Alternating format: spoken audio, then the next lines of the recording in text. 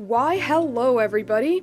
Welcome to this stream, I guess. Yeah, welcome to the stream. If you guys watched the previous one that I did like 2 days ago, you would know that I kind of sort of put the current Sumeru quest kind of sort of on hold. I put it on hold and said, you know what? Let's stop right now. Let's do the Jeht quest. Because, I mean, I mentioned it in the previous stream, but it's mostly because how the story is presenting itself, this Sumeru quest that's out currently, really is making it feel like the finale, you know what I mean? Like Sumeru's finale. Especially since, like, story-wise, we're getting pretty close to endgame, you know? We're getting close to Snezhnaya is literally the next region. And yeah, like, it basically feels like the climax of the of anything Sumeru. Sort of, kind of. I don't know. Maybe it's not the end of Sumeru, because we don't know. Maybe it's not the end of Sumeru, but there's definitely an air of finality, if you guys understand what I mean. There's definitely this feeling of a lot of what Sumeru as a whole has been building up towards is coming to this. Maybe not everything, but a good amount. So that's why I was like, it just doesn't feel right not playing what, like, the fandom considers, like, one of the best world quests. But yeah, I played the Golden Slumber Quest Part 1, like, years ago. I even streamed it, and I thought it was fine. It was silly. It was fine. But I never followed through with the actual popular one, the second half, I guess. Mostly because by the time I played the first half, I kind of already knew everything there was to know about, like, King Deshret and the desert and stuff. I was really only playing it because I was curious to see how the lore was presented, you know?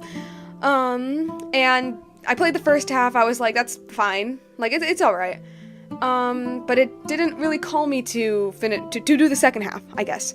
But now I'm like, no, since we're basically at the end of Sumeru, somewhat, probably, it doesn't feel right to not play something like this, you know?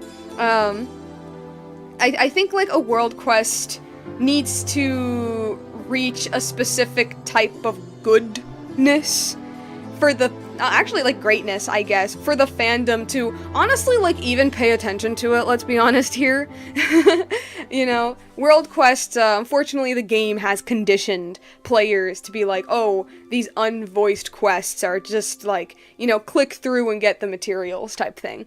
And so it's pretty rare when there is a quest, like, good enough that people are like, wait, no, actually, like, play it. And I think this was one of the first. I think the first one completely was the Surumi Island quest in Inazuma. Yeah, I think that was the first, like, real, like, world quest people were like, wait, no, like, this is genuinely, like, you genuinely need to read this. But I think this is the second, yeah.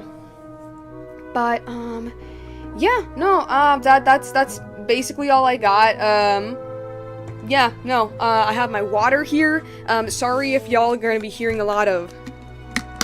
You're gonna be hearing a lot of that, because this is an unvoiced quest, which obviously means that I'm gonna have to talk a lot and read out loud and all that. So, yeah, might as well just go right ahead. All right, let's cut the music. Let's cut the music. Cut the music.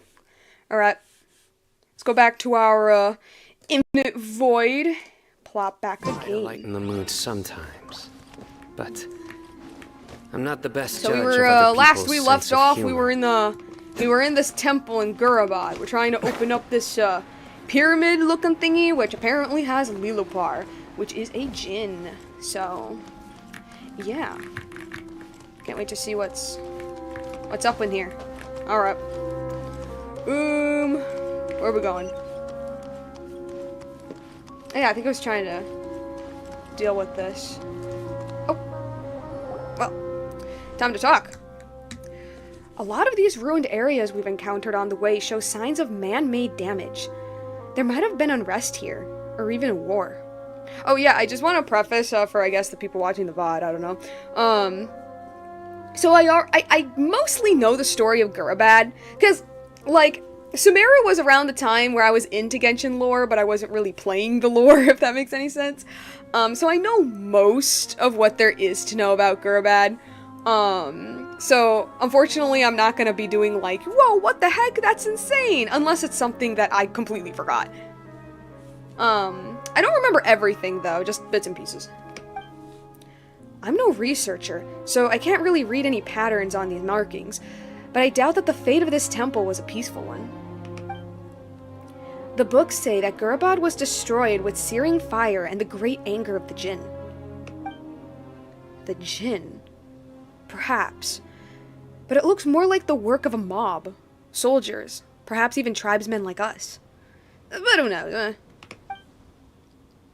But we can think about that later. I have this big guy here I think this big guy here is our more pressing concern, no? Indeed. Perhaps the other chambers are all structured like this one. Let's look around again, shall we?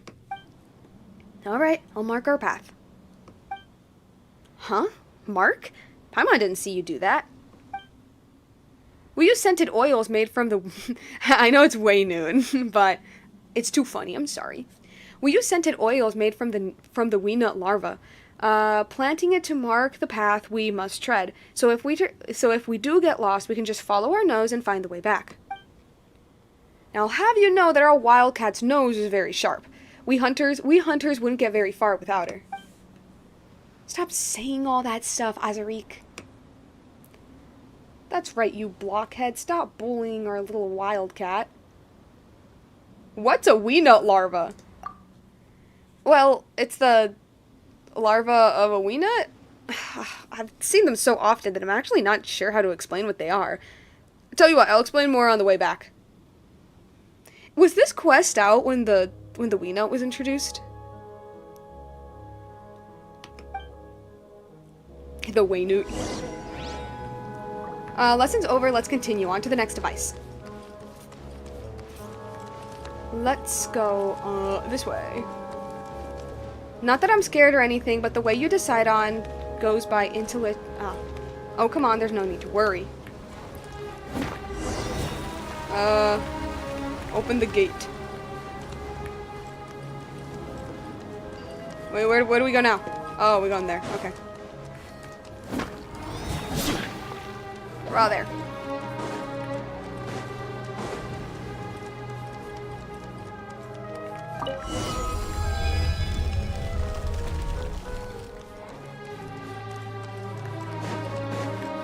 Look, there's sand flowing down from the cracks. It seems like there's a place deeper within the ruins.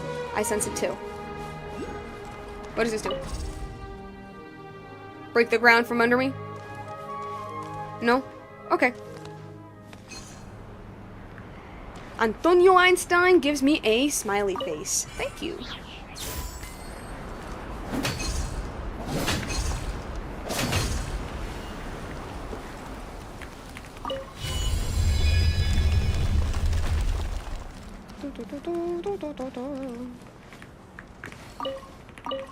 Okay. What else? Oh yeah, this lever. To move it.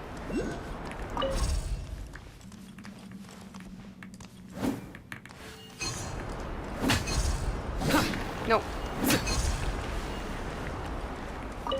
There's a teleporter. There's a chest! No! Can I bring the thing here? No? I can't bring the thing here? Oh.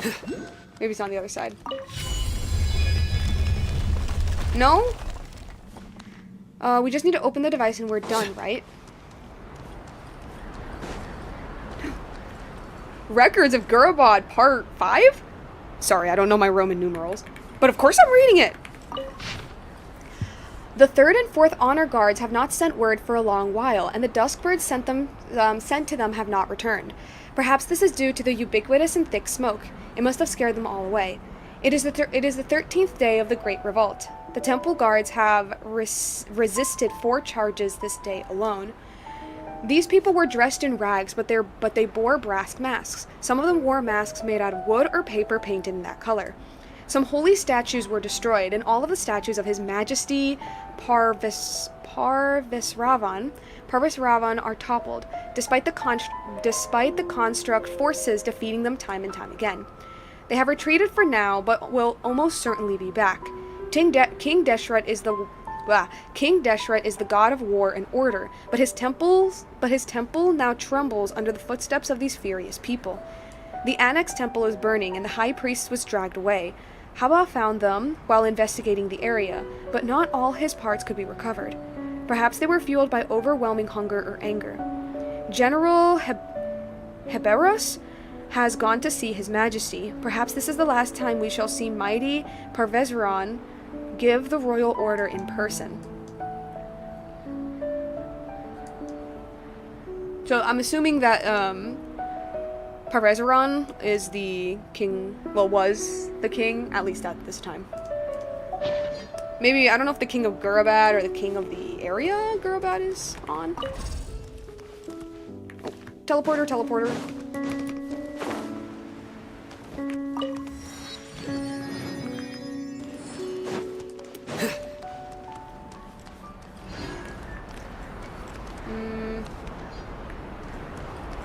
Oh.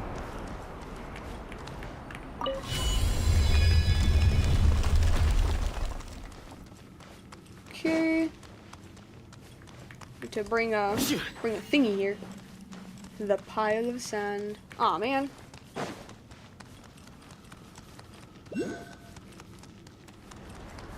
Okay.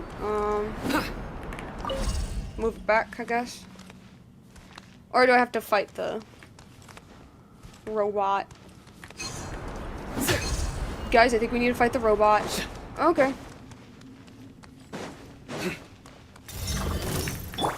One with the force. Okay.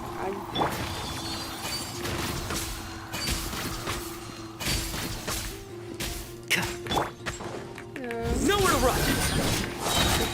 Everything's just a little too quiet. Oh no.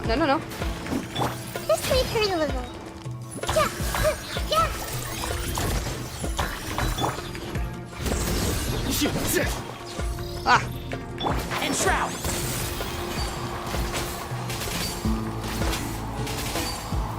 Yeah. Futile. Everyone hold hands. Can't see.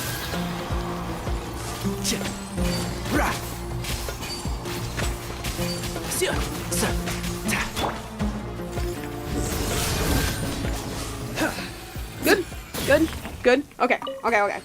Let's continue. Some more of these guys.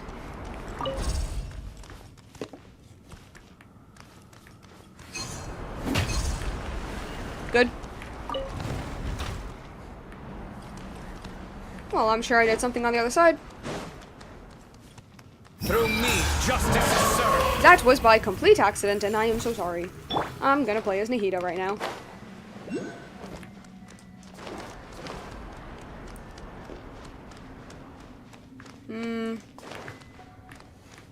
Do I move the thing back? I'm kind of confused by this one right here. No pile of sand. Or maybe it was just this. I don't know. Maybe it was just that. But I need to... Wait. Oh, I see. Can I go through? No? Okay. Okay, it's not that nice. Alright. Sorry, I need a taller character. Stream day 3? Let's go. Yeah, no, I was serious when I said that, like, I low-key want to get that quest done. And it sounds weird. I feel like that sounds a little bit weird to say. Like, oh man, I just want to get it done with. But, like, honestly, I just don't want a repeat of Not Cry, which took me, like, literal months to complete because I was a bit more, like, blasé, I guess, with the non-existent schedule. And it took an absolute eternity. And it really shouldn't have. So I'm like, no, okay, I'm already very late to this quest regardless. might as well, like, not speed run, that's not the right word, but like, breeze through it. More like not so low-key. Maybe.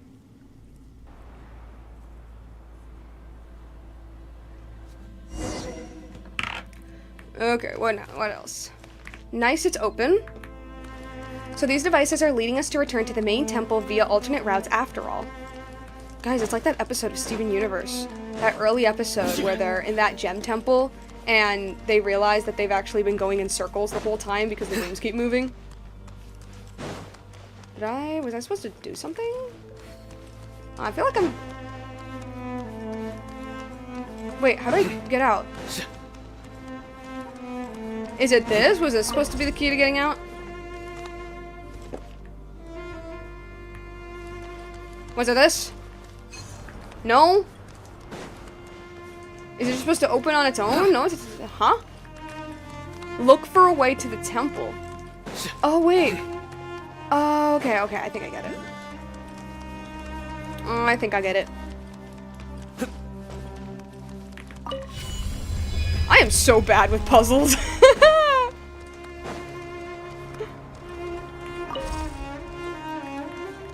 You're like, what do you mean I have to think in my playable anime?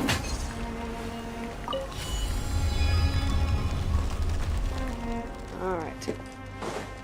What is... Oh, look at the destruction of this place. The collapsed walls and the huge hole in the ground really makes you wonder what sort of disasters and degradation the gods cannot save the temple atop quicksand. Y'all are going way too fast. Oh boy, Hoyo. Adding dialogue bits and scenes where I cannot read them. Something in here? What's this? Oh, it's just a mushroom.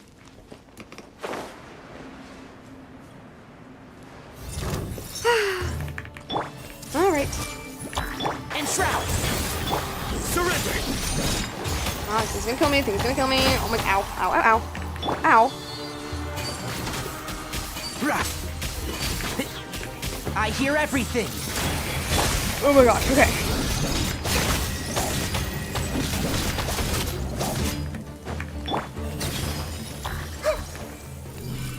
I like playing as Signari, he's fun.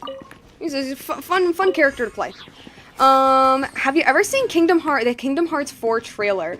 No, I have... See, my only experience with Kingdom Hearts is... This is gonna sound so weird. My only experience with Kingdom Hearts is... Okay, this requires some backstory. So, like, a long time ago, I was obsessed with this movie called The Goofy Movie. I loved it so much, I made a whole video essay during its anniversary. And not only The Goofy Movie, but I would look up episodes of Goof Troop on YouTube, right?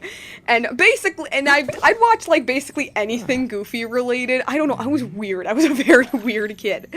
And that ended up with me finding clips on YouTube, of Goofy hanging out with the other characters, and I would click on it, and they were, like, clips of Kingdom Hearts. And at first, I thought it was, like, a fan animation, and then I realized that it was, like, a legit video game, and I was like, I don't want to... Don't be afraid to make mistakes. I was like, I don't want to see this knockoff anime character talk to Goofy. I want to see Goofy, and then I just never touched it ever again. Other than that, I just know about Kingdom Hearts in passing. So, that's my experience. Okay. I guess I just walk through. What if I just, like, don't fight the fun guy? I remember the essay. Yes, it was a very fun video to make. Very, I don't know, I've actually thought about making, like, other essays. 1,000 Nights! That's cute. That's a cute reference. Anyway, I've thought about making essays about other, like, nostalgic things that I'm into. Cause it's so funny, cause by nostalgic properties, you know, like, some of them are, like, it's, like, the pretty mainstream stuff, or I guess, like, as mainstream as, like, a nerd could get, right? You know, stuff like Gravity Falls, Steven Universe, My Little Pony, Friendship is Magic, you know, like, fairly mainstream stuff for someone at that time, but I was also into And I didn't realize it at the time, really. I just knew it wasn't popular. Oh, these empty hallways eventually lead back to the same center. How did the people who worship the gods live here? Alright, Wildcat, rather than caring about the now dead people, you should care about how you might die. I mean, that's kind of fair. But let me guess, you can't bear to tell me. About what? Huh? Wait, no, I missed something. No. You two get along nicely. But what was I saying? Oh, yeah, but I also, like, I didn't realize just, like, how niche some of the stuff I was into really was. I just kind of thought, oh, like, it's not popular. Which, I mean, I guess that's what niche means, but I'm talking about, like, specifically for an American... Okay, I'm not American, can is the right swing word, the but, results like, of a single game. Western... But it's bound to run out sooner or later. Western English dominated type stuff, I guess. I don't know, it's hard to explain. But for example, like my first exposure to anime wasn't something like Dragon Ball or Pokemon. It was the 1975 anime series Heidi Girl the Alps, which was directed by Isao Takahata and animation directed by Hayao Miyazaki pre-Ghibli. I also grew up with a other 1970s show called Candy Candy. It was a shoujo that took place in Michigan, of all places. And the only reason I watched these shows was because my mother watched them. See? Yeah. And the only reason my mother watched them is because they were uber popular in Latin America. Shower me with praise. Like, both these shows are uber popular in Latin America. Like, Heidi is still being aired on TV stations over there. Oh, is it done? Oh, no, it's not. Where is it? Where is it? Where is it? Where is it? And Shroud.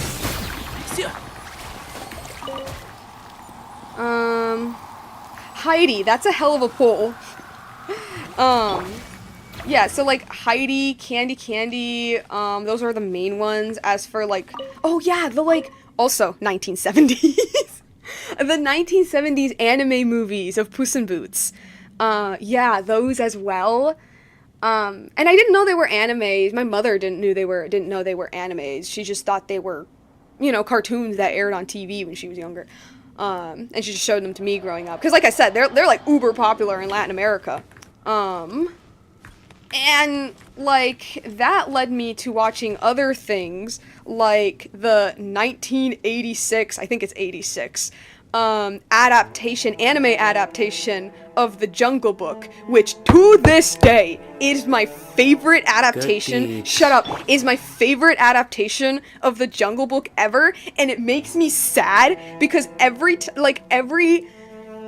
clip of it on YouTube just has people calling it like a shitty Disney ripoff, and I'm like, no, it's not a crappy Disney ripoff. It is a genuine, legit adaptation. Is it the best show in the world? Like, no, of course not. But like, it takes the concept of The Jungle Book and just kind of runs with it. And genuinely, by the way, it's good. Okay, it's good. The dubbing kind of sucks, but like, get past it. And yeah. Anyway, essentially what I'm trying to say is that, like, I've had thoughts of making, like, little video essays of just, like, nostalgic stuff I'm into, but specifically the uber niche stuff that, like, nobody knows about. Or, like I said, mostly the English-speaking Western audience doesn't know about, because I'm pretty sure every Hispanic child ever knows about Heidi Girl in the Alps. My mom watched Astro Boy when she was younger. She nearly flipped her shit when she saw it on DVD. It's great. But, yeah. Because, like, if I were to do a Jungle Book video essay, I would literally, like, I would call it something along the lines of, like, the best Jungle Book adaptation you've never seen.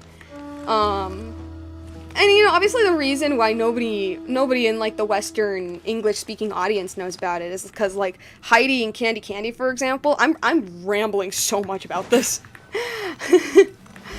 We're back at the temple. Let's activate the device, right? Oh, wait.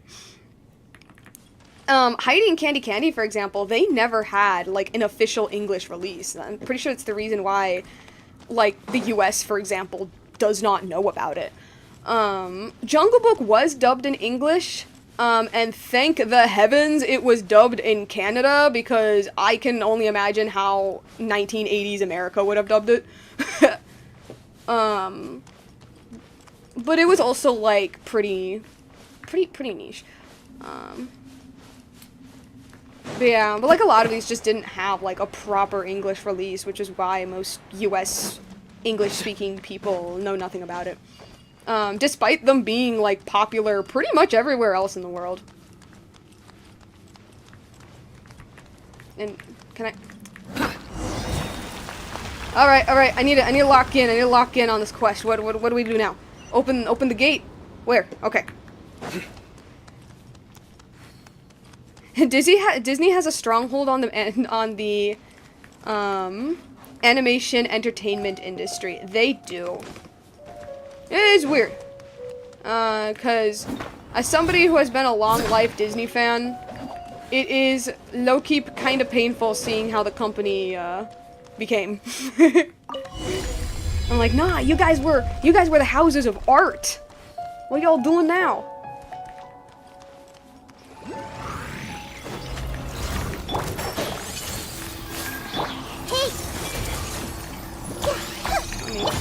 No, let me bring up Frida. Nowhere to run. Oh, actually, yeah. Your sins weigh upon Bring him your up. soul.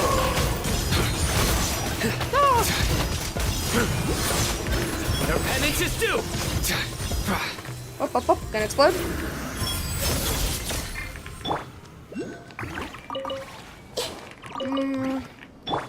Nope. Hey, Brina, can I get your hero? Thank you. Where else do I go? Over there. Huh.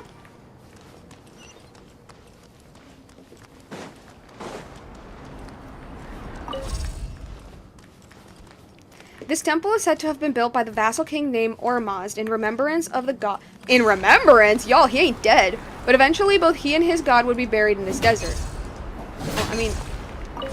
Jeht. For us desert people, this is an inescapable fate. We came from the soil and returned to the sand. It's a simple matter of being born and dying. To clarify what I said, Jeht is dead. He's dead in the water. But, like, at the time, he wasn't. He was just, He was just going through a rough patch in his life. I'm playing Genshin while watching someone play Genshin. Haha. Can't bring it any deeper. Guess I'll just go deeper.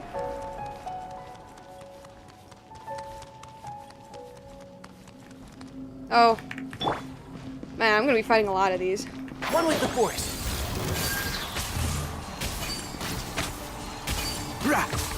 I see everything. Futile. Ow. Hey, Frida, can I get your water boys real quick? Thank you. A little bit of that. A little bit of... Can't see. A little bit of that. Thank you. Heal my boys again. Where am I going? Over there. Heal my child.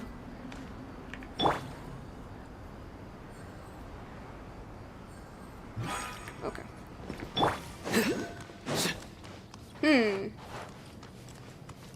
Huh. Okay. I see. So that's what we're doing.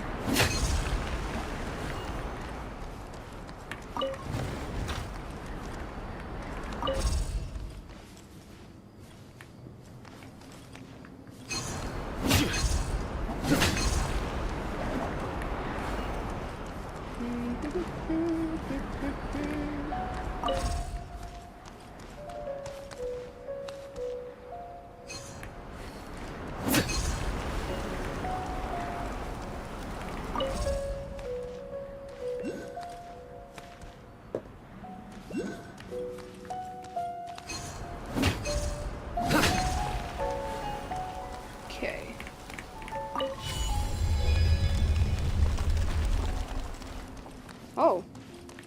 This is the place. The device should be here.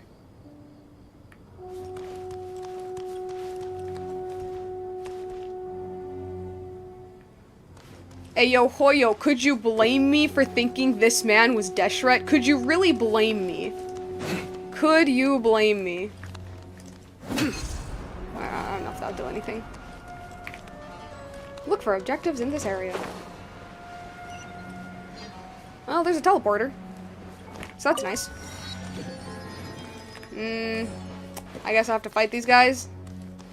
Yeah. Alright. Okay. May I present? Ow.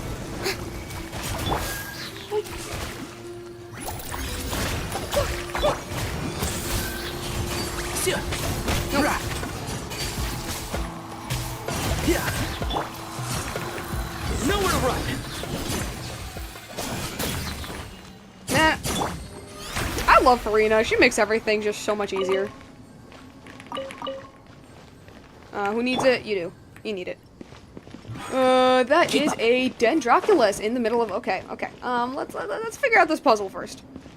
If I figure it out.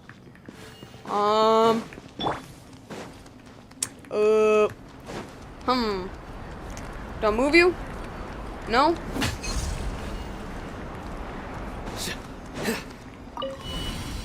What happened? Oh. Okay. Oh. Got this. Part. Hold up. 6? Maybe? To the Council of Nobles, the self-assembly facilities for military constructs have been sufficiently placed within the temples, the palace, and the orchard of Paridesa's water supply storage areas, and other key sites. The threshold of King Deshret's temple has been mortified, yeah, I read that right, has been mortified to serve as an assembly practice site to better meet the construct's needs and facilitate work assembly. The production of Jinn fragment-infused weaponry and constructs has been expanded further, while the hiring of mortal troops has not been ceased. We must draw manpower for military use from areas that pose a security risk, cut off any contact that may have with the rebels, and provide suitable training and living conditions such that any identification with the insurgency may be eliminated. Jinn fragment-infused weaponry. So were the Jinn split to create weapons? To become weapons? That's a wrap. Let's go back.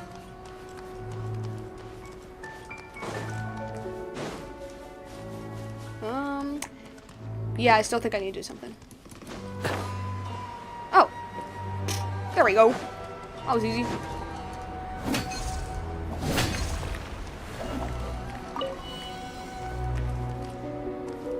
Did it work?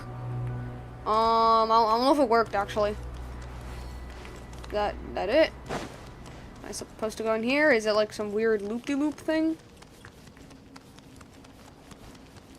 Ah! Committed to memory. I did that so wrong. No, she's fine. One with the force. Surrender. Dang, that didn't even hit! Sino, that didn't even hit! I see everything. I'm just gonna use his burst for this. That was embarrassing.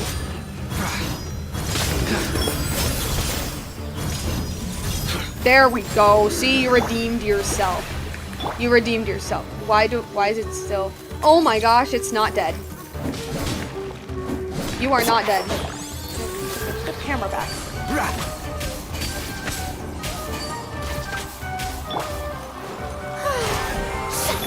Nowhere to run. There we go. Okay. Alright. What else? Okay, so it is like some weird loop-de-loop. I have a love-hate relationship with the weaving around of these temples, because on one hand, like, it's annoying. On the other hand, I kind of get it because it's supposed to be like a reference to actual tunnels under pyramids. I can see the device and need to activate even from here. That's got to be the last one, right?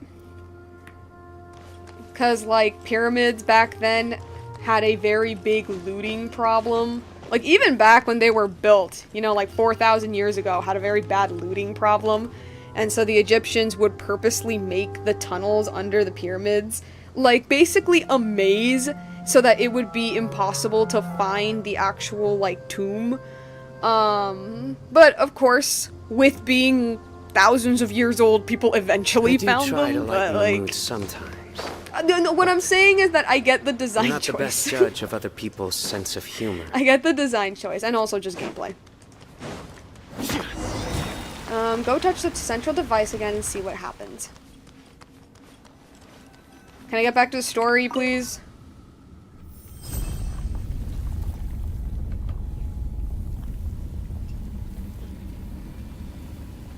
Okay. Oh, that eye? Which is what Desher is, I think. He's an eye. Are you alright? Yeah. Thanks. I'm alright. I wasn't talking about you, no, I'm just kidding. That's good, that's good. Phew, that gave Paimon a little fright. That tremor source should be to the north, outside the temple. Yeah, I sensed that too. Wait, why couldn't Paimon tell? 'Cause you fly. Right, that's true. Well, it's not like flying doesn't come with its own troubles, you know? Let's go have a look, Borbatusk. Something huge is bound to have happened. Now, what sort of demon have we unleashed? I mean, I guess in this case it would be like an evil djinn, probably. That is not where the chest is, okay? Okay, understood. Where's the chest? Where? Where? Down here. What's inside? Our perseverance Nothing has interesting. paid off. Okay. Oh. I just make my way back.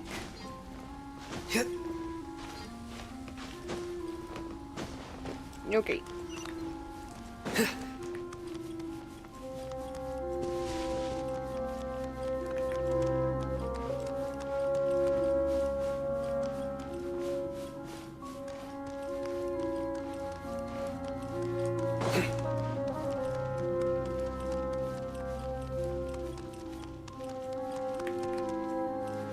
What's in here?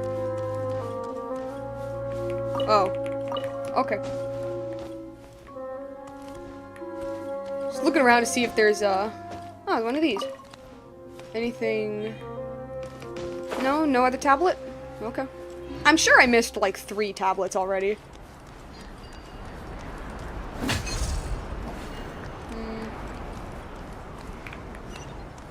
Was this the entrance we came through? I think it is. Have a look at this. Oh, that's him talking. Have a look at this. The sand retreated. So this was beneath the desert all this while. That's right. More ruins. A plaza with sides of seemingly equal length, and a new doors opened up on the opposite cliff. Is that our destination? That's for you to explore, I fear. I'm not stepping in there, because, you know, this is all a plot to, like, kill her or something. Eh? Aren't you coming with us? Sorry, but Matriarch Babel only asked me to open the way for you. You'll have to embark on the rest of the road yourself. You know, because she's totally not trying to kill us, and this is part of her grand plan. I trust that you can protect your friends. Right, Jeht? Oh, stop that, you. What are you, my dad? I know. Stay safe while you're heading back, you hear me? Of course. Borbatusk, you take care of Jeht as well. Because we're totally not hinting at the fact that this is all a plot. Huh? Why is Azarik acting just up and leaving us like this? Isn't he gonna go deeper into the ruins with us? He's gone as deep as he wants to go, I think. These ruins are a cursed taboo place for us Tanit, and the tribe's quite sensitive about that sort of thing. But since I count as half outsider, I've got no qualms about going further. Anyway, you can't expect me to let you guys down. And also probably the fact that it's like cursed and taboo is probably a reason why you're being sent here in the first place. But anywho. And you did ask us to help And you did ask us to help you find this oasis thingamajiggy anyway, right? We're with you to the end. Ah, thanks. Let's proceed. Yep, don't worry. I'll watch you back for sure. Shu the Kingdoms of Shame. The Great Rift because of the Maw of the Earth. Pretty funny name.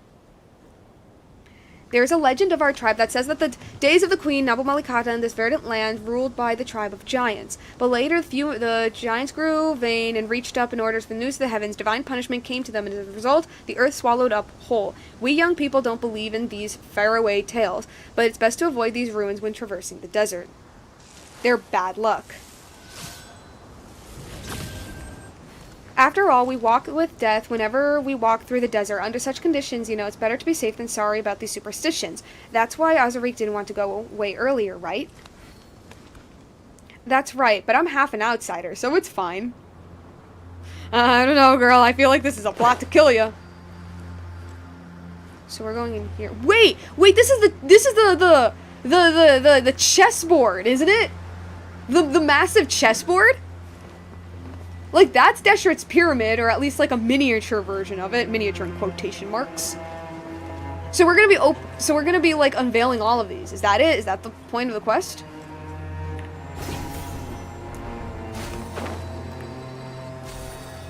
So, Nabu Malikata ruled this land with giants. I'm going to assume that the giants are the Jinn. And then the Jinn grew vain. Because I know the Jinn that's going to show up in this quest is...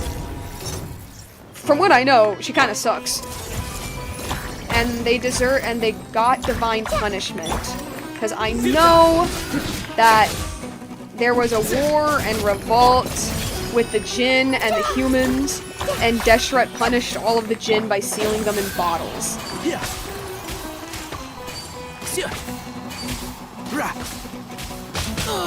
Ow. Where'd you go? Surrender. There you go. That's what I'm assuming is going on. Oh my god. Ugh. Grow. Good. Okay. Anything here? Anything here? Nope. Anything here? Nope. Okay. Search the temple's ruins. The blood of outsiders does not mix with that of the tribe, so in many things I tend to represent something of an exception. And since I've already looked into a lot of places that are bad luck, they are fine with sending me to explore this place. Again, they're trying to kill you, girl! Aren't they just ostracizing you? Exactly. The tribe's just like that. They treat me very well, but I have outsider's blood. That's all there is to it. Girl, I deadass think they're just trying to kill you.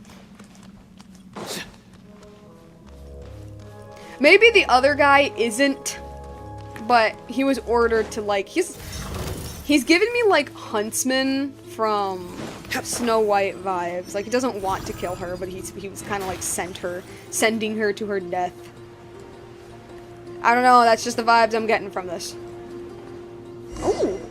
It's just like the book says, under the influence of the Jinn, through the land of the barren desert, it would grow into a verdant oasis. Hey, look at that. Isn't there a shiny new big tree? Could that be the genie we're looking for? Something shiny under the tree.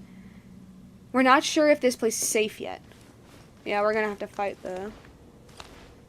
Lilupar's cell. Well, that's a damn pretty cell if I've ever seen one. It's a beautiful cell.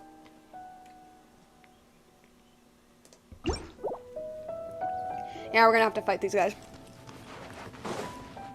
Or I could just sneak past. Could I just sneak past it? Nobody's gonna know. Nobody's gonna know.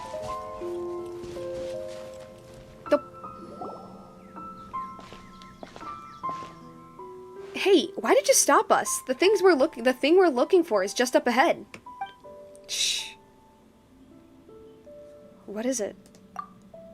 Look behind you. We're not alone. Nope, never mind. Yep, okay. Oh well, looks like we're gonna have to fight them anywhere.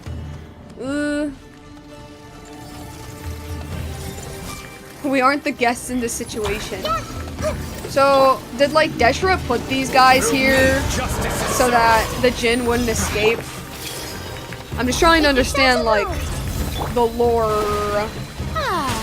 In the lore. Let's nip that in the bud. Oh wait, I need the And trap. Where are you? Where are you? Where are you? Where are you? What? Keep up. Use Electro. Ah, thank God I have Sino here. I would have died. One with the force. I'll uproot you. Nowhere to run. Strike a pose. Share my knowledge. Get Nikita's thing. This may hurt a little. Oh, okay. Futile. Your sins weigh upon your soul. Bad news for pleasant conversations. I woke up, okay. Stand condemned. Your penance is due. What? I'm using Sino's burst for more than like 5 seconds? That's new. Can't see? Let's nip that in the bud. Ah! Did it die? I don't think we'll have any more trouble. Let's get a look at the mother of the Jinn. Okay, actually, first. Let me just heal. Let me heal.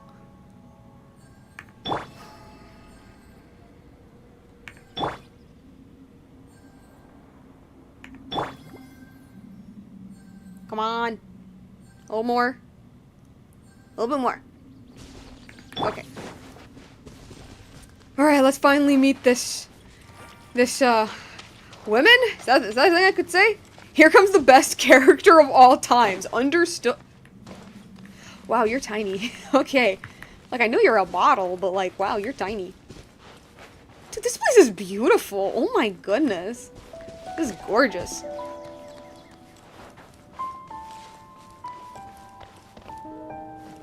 Hey! How are you? Oh. Okay, we disturbed the force. Whoa, okay, sorry.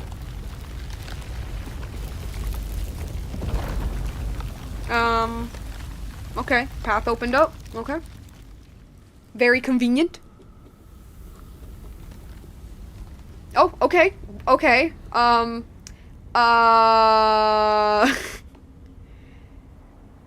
think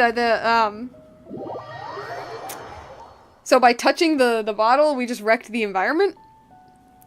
Wow, the plants here have all withered. This doesn't look good.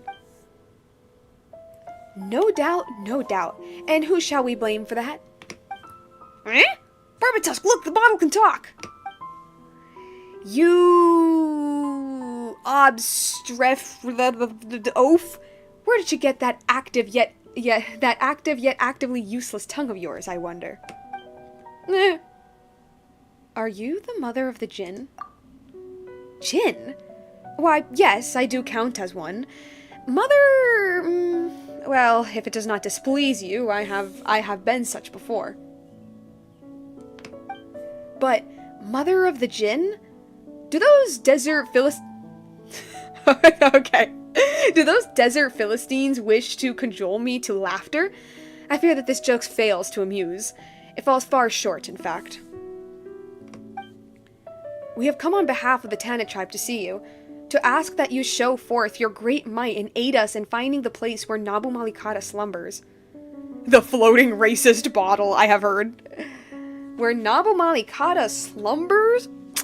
That girl's been dead for thousands of years, ever since she went into a room with Deshret. And then he got high on crack.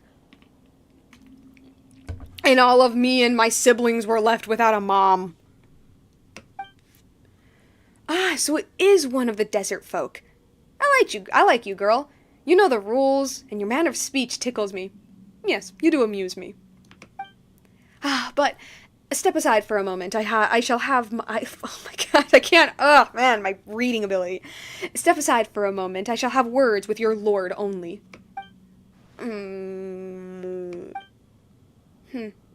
the scent of an unknown spice from afar, a servant girl of the Desert King, and a flying pet. I smell like unknown spices from afar, apparently. You must be a princess in exile, are you not? Somewhat? Lilupar. Call me Lilupar. Lilupar. Wait a moment! You're from one of the books. Speak not out of turn before your liege, sand-licking lackey. Okay. Huh? She's my friend. That's right. Jeht isn't a lackey. You're too much. Is that so? Oh, the tedium. If my soul were not sundered into many parts, unable to muster sufficient strength, I would shift into any number of shapes that might please you. A dancing girl, a lovely youth, an Arat or a Yaksha, or a lovely beast of those races that died out from under the moon's light. You mean an angel? I have been them all, and played all of their parts, all for my lord's pleasure. Your lord? A lord I was willing to entrust my true name to. Yes, I did once have such a master, and today I seem to have encountered his shadow. You mean... Wait a moment. I don't understand you. What's going on? She means that, Jinn made contracts with humans by giving them their true name. That name can be used to control the Jinn as one wills. Lilupar in Spanish. I didn't know which part says it, but she refers to Jeht as slave. So yes, I do not define her as racist, but as classism. Understood. Huh. A learned desert dweller. Your servant girl is quite a rare find. What is going on? But those who strike such pacts will eventually suffer the fearful vengeance of the Jinn, for the Jinn are a race that hates humanity. Huh. That's Jeht speaking, right? I read that so wrong. Yes, it was. I read that wrong. That was Jeht speaking. Okay. Huh. Hate, you say? Such a strong word. Wait, so what Jeht said is wrong? Look at it this way. Would you hate a poisonous insect or toad?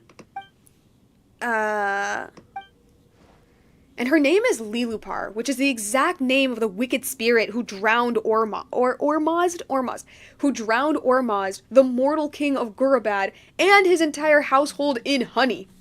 And also did some other crazy stuff too, but yeah, that as well.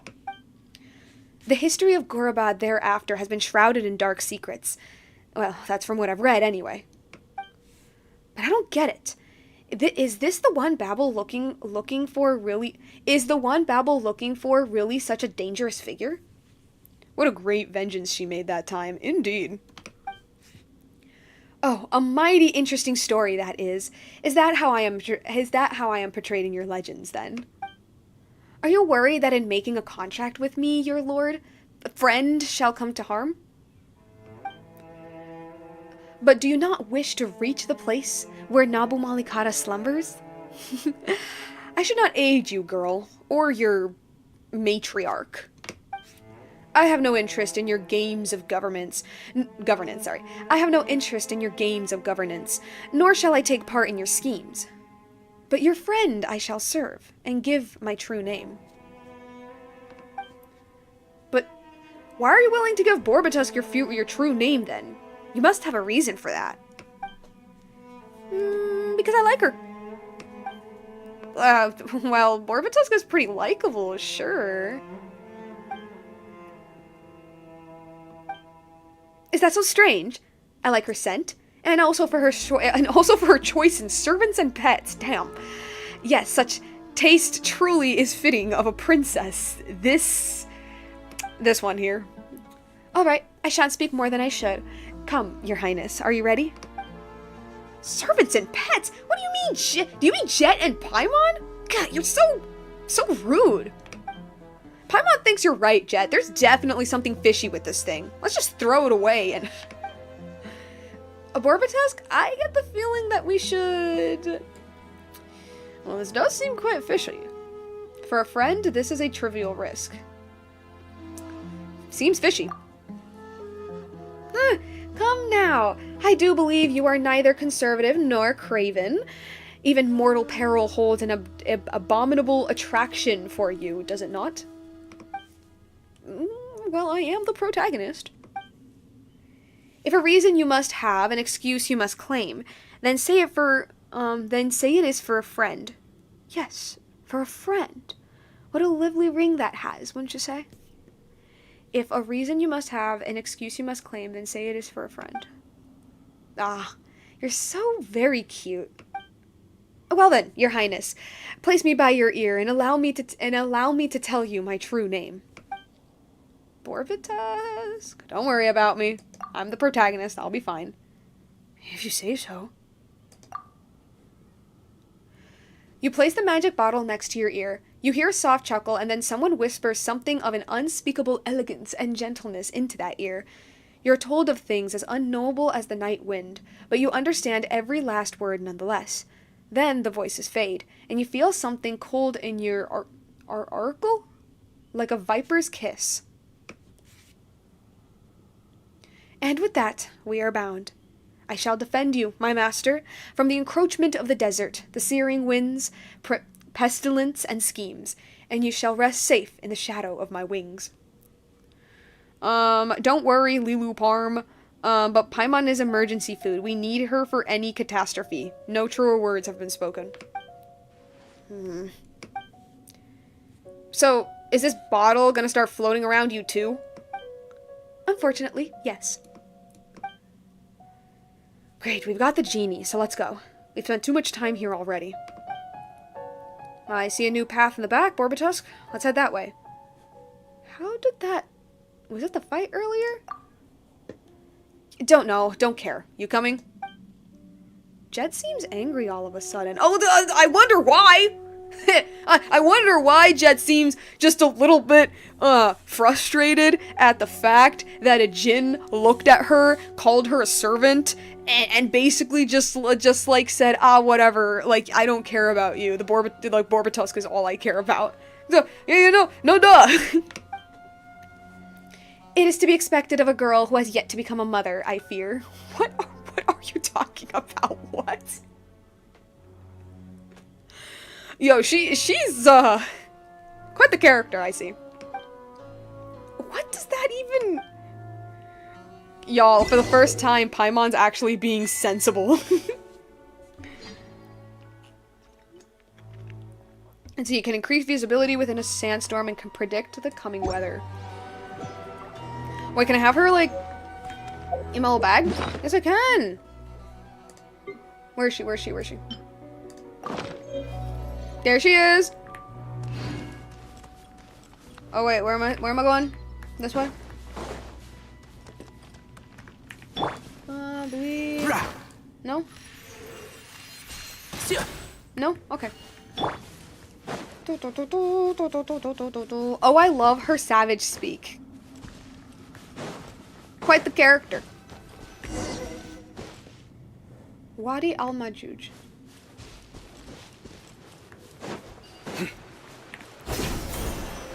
Oh, it's green! It's green! There's plants! Ah, Jeht! And our guests! So you are here after all. Come, let's go to this mysterious little cave. Don't worry about it, and definitely don't look at the bloody scythe I have, like, behind me, or, I don't know. After all. Trying to get familiar with us? We're pretty busy over here, so you'd better have a good reason to stop us. No, well, I was sent by Matriarch Babel with a message for you, Jeht. She has something urgent to discuss and would like you to... Well, return to the campsite first. Yeah, to kill you. Look at my lamp, Jin. That. What's wrong with your tongue? Do you need me to shorten it for you? Did you say anything else? She'd like to speak with you alone. Sorry, I didn't know you were in such a bad mood. A bad mood? Nonetheless, I've never been better. You know, what with having found the mother of the djinn and all, which I'll be telling the matriarch, of course. Yeah, I didn't know this I didn't know this Jin would start making microaggressions against me. I'm more than pleased. I'm more than pleased. And so will she be, I bet. And so will her master to some nice new servant. Wouldn't you say, Borbatusk? Look, I was just being wrapped into all this. I didn't ask for this genie to attach himself to me. Matriarch Babel has business with me, so I'll take my leave for now. My deepest apologies for not serving you to the end, Princess Borbatusk. Damn. Alright, let's go see the matriarch. Yeah, that ticked her off quite a bit. I get it, though. I'd be too. Sure. As for you, honored guests, just follow this canyon, and you'll reach our camp soon enough. What is it? Not much. I just thought that this child is quite interesting, that's all. Really, though? She's got quite the temper. She isn't, jealous of a bottle, is she? You mean to say that she takes a bottle for her yardstick? Perhaps. Regardless, she is such a good child. Trustworthy, if a little foolish. Stop talking about her like that. She's our friend. Ah, I see. I like you more already, my master. Coming from you, that's kind of scary. Go on. What was this place before like then? What was this place like before? Before it was lined with palms, flocks of cattle, singing girls, intertwined with long-haired boats that gilded sapphire rivers, and a song that echoed. There were even lotuses here once, and the flowers my mistress so loved. But entropy and atrophy are the way of the world, and I fear it surprises me that this desert, You're a bottle, but you sure know a lot. Well, I mean, she wasn't always in a bottle. So ancient Egypt, basically.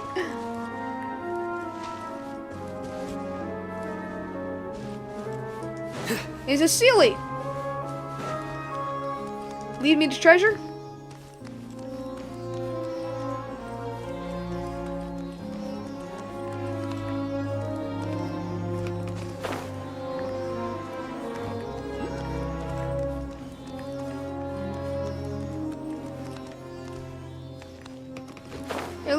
You're leading me to my death? Leading me to the enemies? Oh, no. Okay.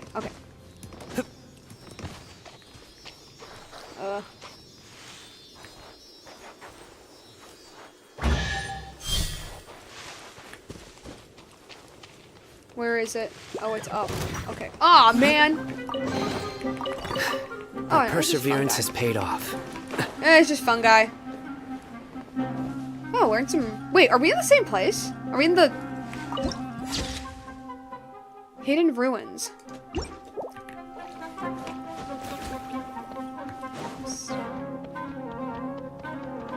Where are we in the map, actually? Okay. I was just looking. It's over there. Ugh. What if I, don't want to fight them? That's close enough. What if I just, don't want to? Aha! Dodged it. Oh! I remember you. Pathfinder's log? Ah, why do I have to be in a fight scene? Get out. Get out. Okay. What is this? The Tarafa were writing this. I suppose he might. If the Tarafa were writing this, I suppose he might say this. You who come after us, we are the descendants of Al Akmar. We are those who are fated to follow the footsteps of the king of Crimson Sands. Oh, that's why he called the Scarlet King? But the prosperous past is too far gone, and there are many now whose faith wavers, just like Tarafa. He betrayed us and took us for fools all the while. Umar, Bahadin, and Rabid? Yeah, Umar, Bahadin, and Rabid, all dead due to his meddling. My own death I faked a few days prior to avoid his scrutiny. And I then struck first before he could attack Samael? The stone slate, it was her plot all along, that viper. Huh. It is likely then that there's no such treasure to be found within Gurubad's corpse after all. We were deceived. Perhaps our journey really was accursed, just like Tarafa claimed, and our curse was Tarafa, and the mother he trusted in. Samael says that this keystone might be real, but I doubt it. Whatever the case may be, it is now worthless to us. So let it lie here, and you who come after it, hear me now. May you escape being deceived by those you trust.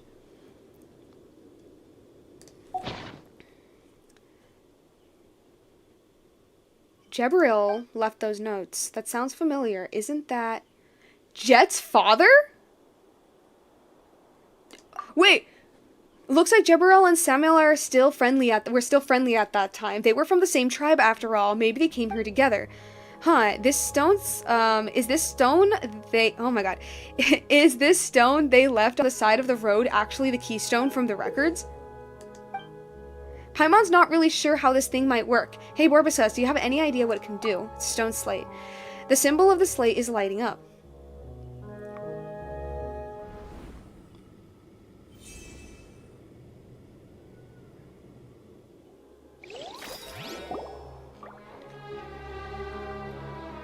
Right after activating the symbol, the keystone turns to sand. The keystone suddenly turned to sand. Paimon didn't see that covering. Looks like the keystone and slate are related. Paimon never thought we'd find clues about the slate here. Let's go and tell Tirzad. I haven't heard that name in like over a year. But hold up. Sorry, I'm just like skimming it.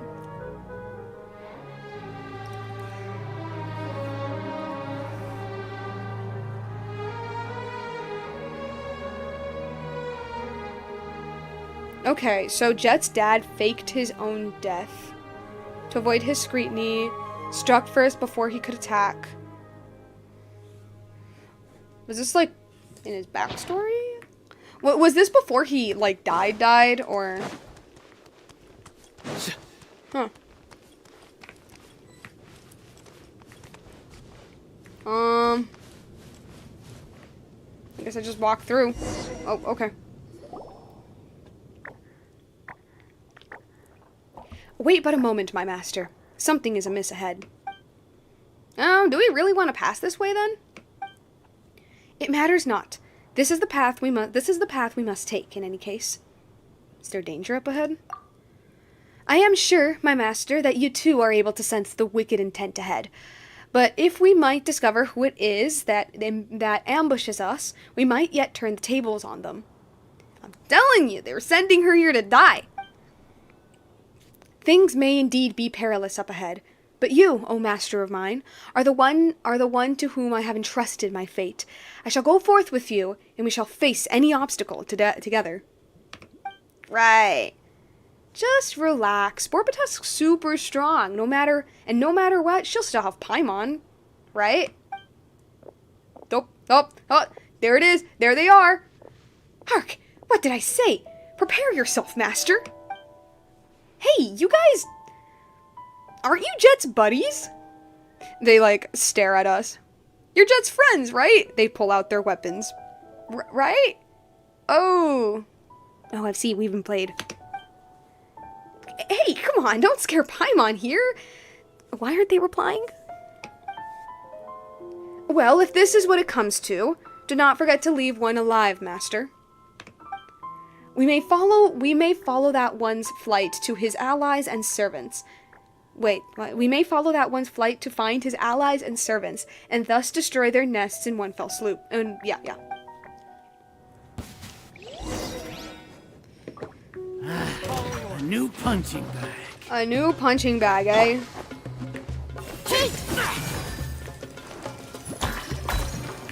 And shroud. Yeah.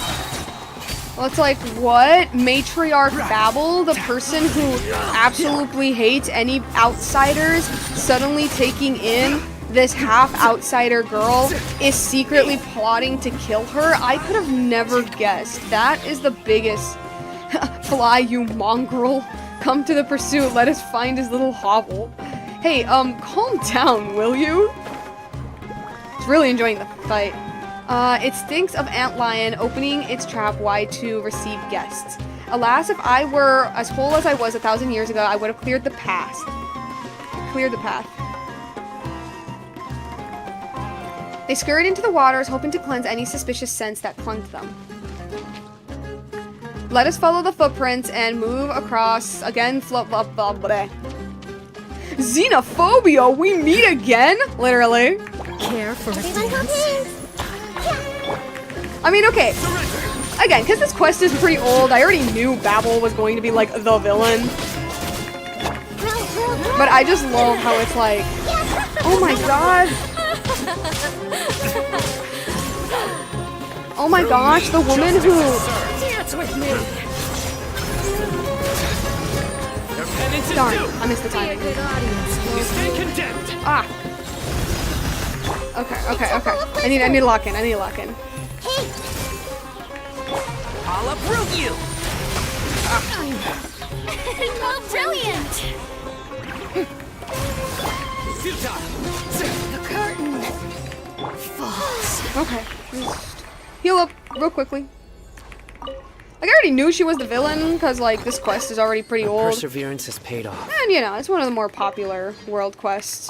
So I already knew the basis of it.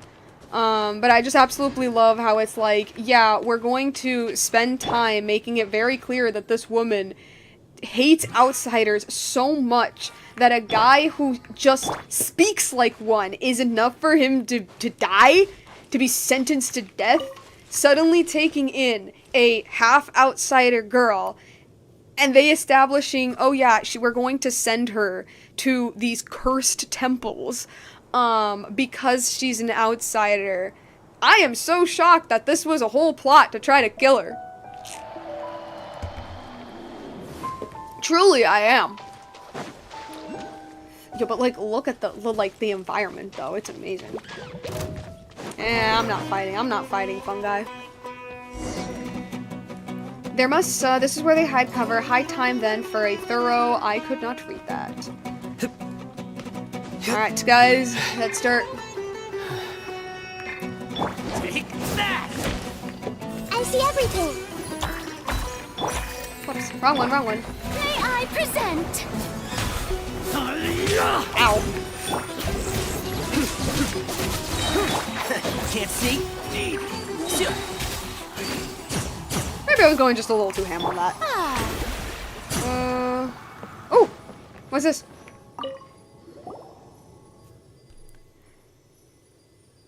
When Pepper needs to lock in me, this is serious. Let's see. Goods invoice. May this be a testimony that we have provided the material support required for this ambush and robbery. As a token of our friendship, the gifts shall be sent via specially arranged Sumterbeast caravan. The Tana tribe sends respectful greetings to the Hold up. Afia tribe. May peace follow you, and may spices fill your storehouses. Wait just a second, the Tana tribe? That's Jeht's tribe. And that means... were these guys hired by them?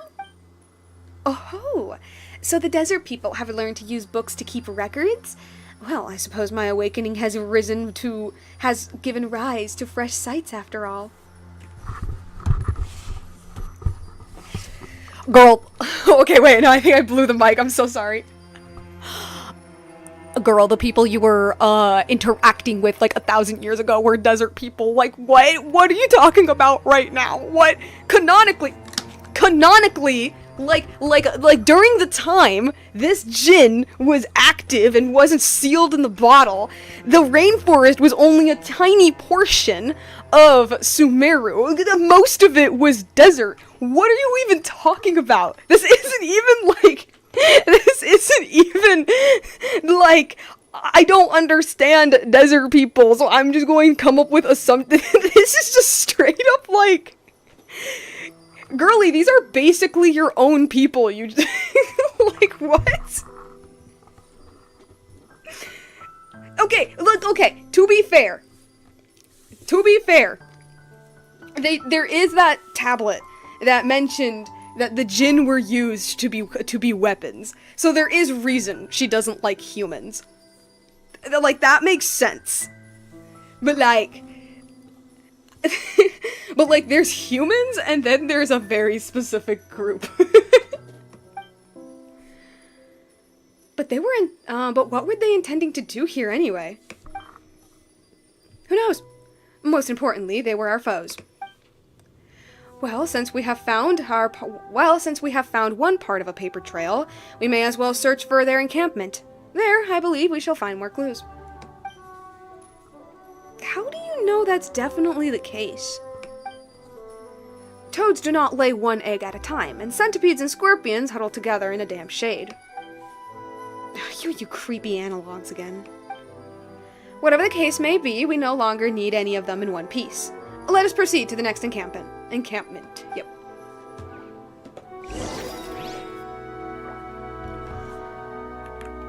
The camera showed that at the top of this there were some more notes. Well, you best believe that I'm going to be reading them.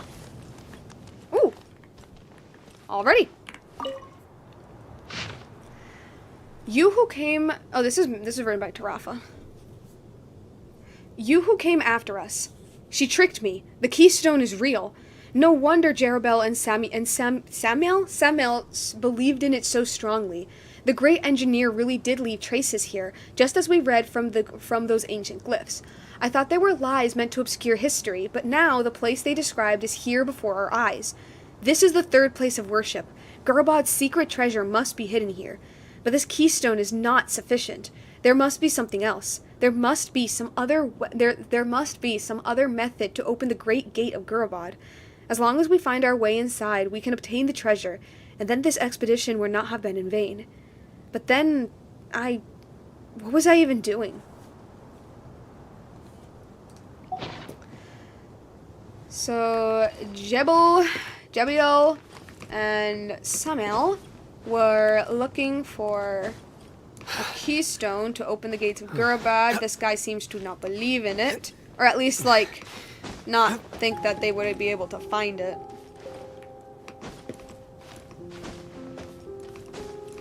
Probably a dangerous piece, given the way they act about it. Oh, there it is. What is it? No, no, no, no! Oh!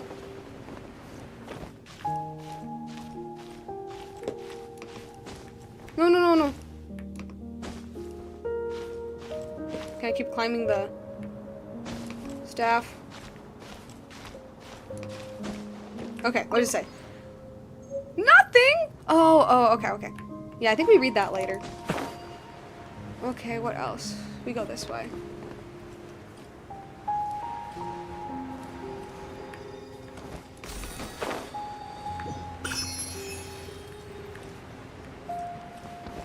What does it say?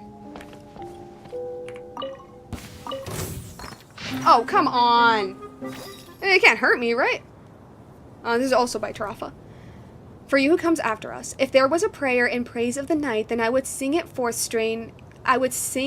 fourth strain in memory of the misfortune. For Jerubel who lost his footing, how could one conceive the passing of a cloud, or the death of a blowing wind? How might one mark a grain of sand falling into the desert, or a droplet disappearing into water?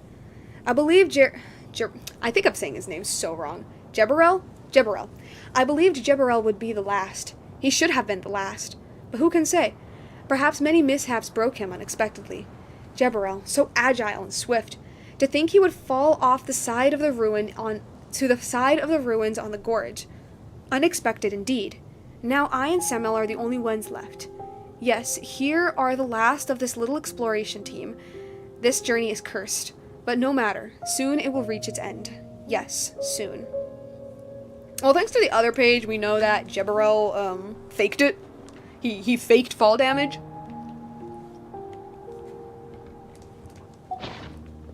Somehow.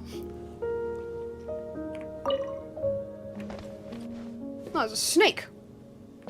Let's keep moving this way. What about this? Oh.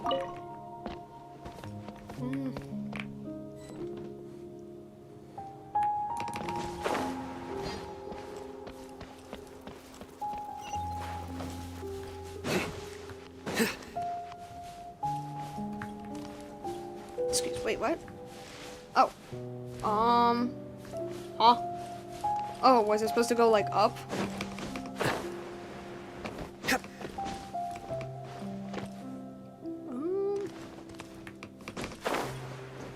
Oh, like, the... Okay, okay. Duh. Oh, no. Oh, no, no. Oh, no. Ah. No, it's fine. It's fine. I know how to climb in this game. See, look at that. Easy.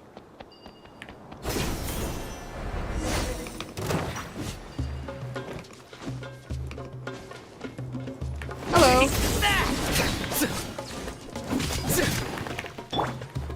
One with the force. Yeah. Rah. Hey!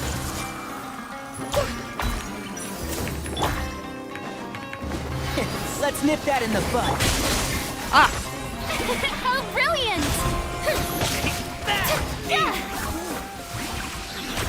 Farina really does just make everything so much easier. Like, she really does. Anything else in here? No? Okay. What's in here?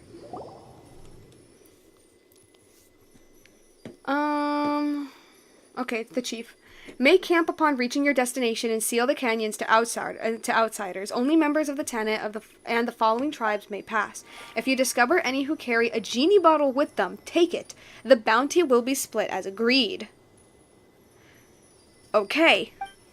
Huh, so they intentionally didn't go for Jeht then. How interesting. Now, my master, we need not be so hasty. Let us clear the camp first. So it wasn't a Jeht thing, it was...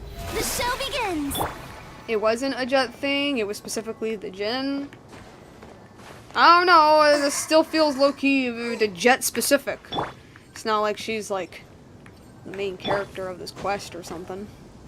In the end, everything came to money, indeed. Isn't that what all things boil down to?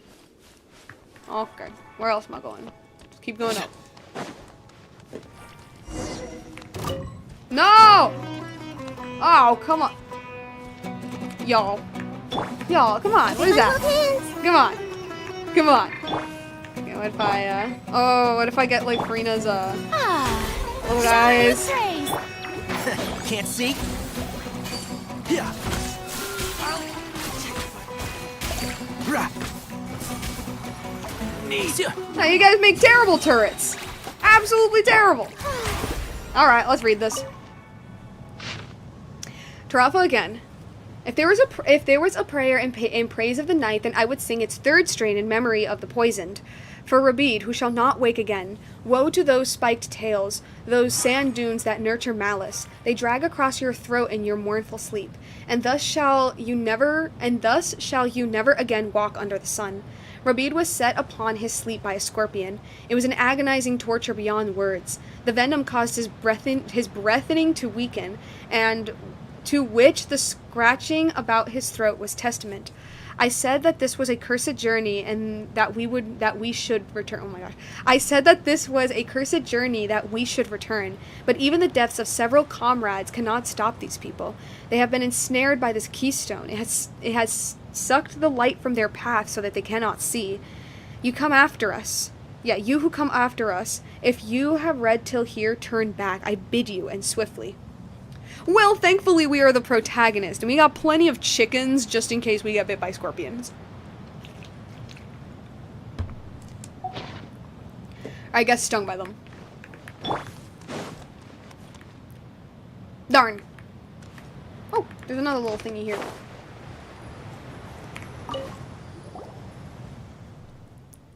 The outland traveler may be identified by their golden hair and eyes, a strange foreign clothing, and a small floating fairy by their side. Oh, why are you mad? If they have obtained a genie, take it from them, and if they have yet to, then dispose of them. Contract. A Durfee. Contact. Bleh. So it was a Durfee. Someone you know, then? My master, if I may, I would advise that you review the choice of friends. We have an old saying for this ilk. The only loyal desert dweller is one whose shoulders have been pierced by iron loops. Okay. Okay. We should be rid of all of them now. Let us return.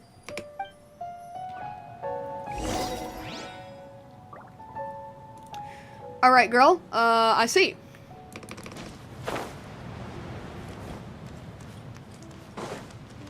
Alright. That one's dead. Hopefully. Hey! Yoo-hoo! Surrender!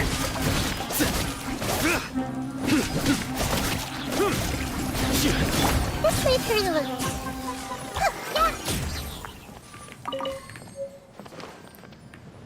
Right. Anything in here? Sucker for a punch, huh? Hello? What? Okay, let's see.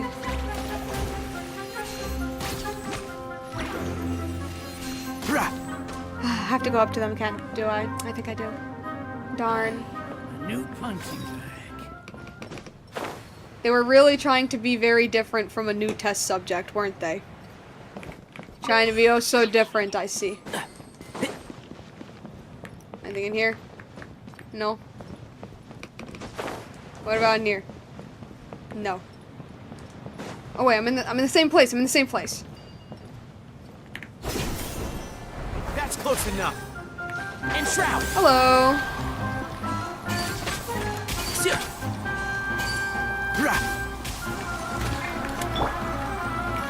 Everyone hold hands. Nowhere to run. Oh, ah. No, stop. New. Yeah, it's gonna take too long. What if I just, like, run away, eh? What if I just do that? Oh, hold up. Let's see if there's anything else. No? Okay. Keep up. Yeah, that's what I'll do. I'll just run away like a little coward. And keep going. There's more enemies up here, of course. That's close enough. Can't see? Yeah. Futile. Throw. Ah, darn. I'll be back. Okay. Where else do I go? Oh, I guess I just go here. This path's pretty dangerous. Paimon sure hope Jep's okay. What?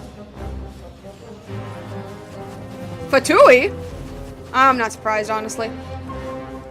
How is that black coat doing in the desert, eh? Oh, return to the tribal settlement. Okay. I'm just gonna cross the whole desert.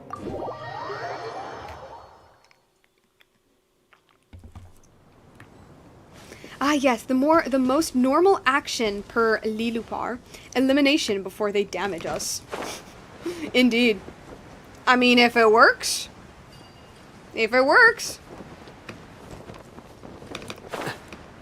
Oh, there she is. Go up to her and I'm gonna be like, Hey, yo, where's Jeht? What'd you do to her? Where is she? I don't see her. Borbatusk, Paimon, you're back. Allow me to dust you off. Jeht and Nazarick are waiting for you as well. You brought the object that you needed. Jeht told me. Thank you both so much. We were ambushed within the canyon on the way back. What? We were attacked by your people while on our way back. There were lots of people hiding in the canyon, waiting to intercept us. They were pretty scary, too. Do you know what that was all about? But she is alive. I don't see the problem. Literally. Drat. I wasn't able to kill them. No, I haven't a clue about... Man, I couldn't read it right. I'm sorry. No, I haven't a clue about Oh my gosh. I haven't a clue how that happened. There. Traders and exiles turn to banditry on the road is quite normal, but the canyons here should have a lot of tributaries. It seems that I've underestimated them. This has to do with atrophy? What did you say? That's right, we found this! You give Atrophy's letter to Babel. Atrophy? This is indeed his handwriting.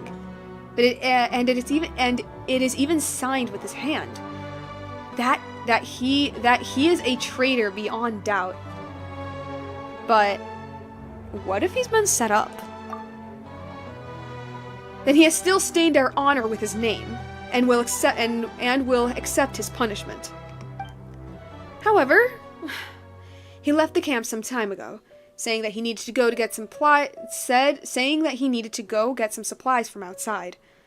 I must apologize. I let my guard down. You can be sure that we will exile that traitor, however.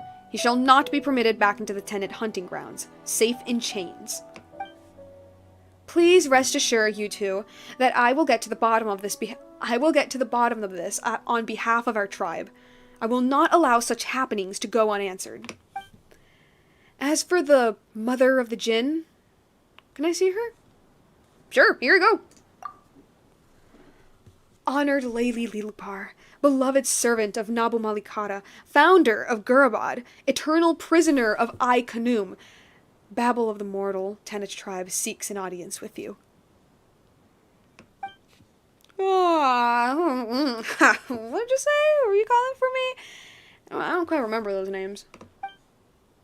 Yes, we ask only, Lady Lidopar, that you lead us to the eternal oasis, to set us on the path to meet with the slumbering queen. So sleepy. My master, did you wake me to speak with the servant? Why do you love consorting with these coarse folk so? Well then, Babel, will you not dance?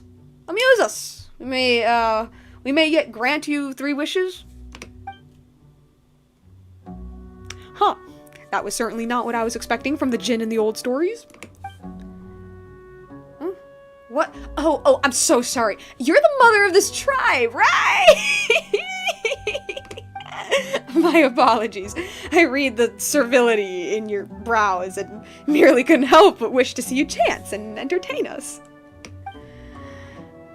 I am merely your servant and will listen to all you have to say. I shall follow the dictates, yeah. I shall follow the dictates of the Queen of all Oasis. Nabu Malikala's will do trepidation, and them I will not defy. What is this? Lilupar, your high classism is kind of disrespectful, but oh well, I love you for not caring. This girl.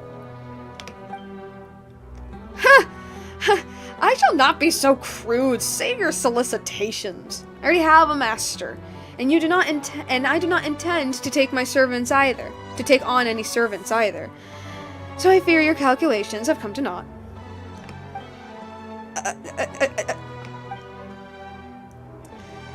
So Matriarch Babel can grovel too, huh? You have yet to see many things, indeed. My master, you hold my true name. I shall do what you, and only you, desire. I gotta say, I do absolutely love it that this, I don't know what I would call Lilupar, but I do think it's really silly that she makes the villain in the story, like, stop dead in her tracks with her blatant ism. Whatever ism it is. Like, it makes our own villain be like, It's great. That's funny. The decision shall be yours. I will not speak another word to these foul desert dwellers. Master? Your master? Why, yes. Yes, indeed. I read that wrong.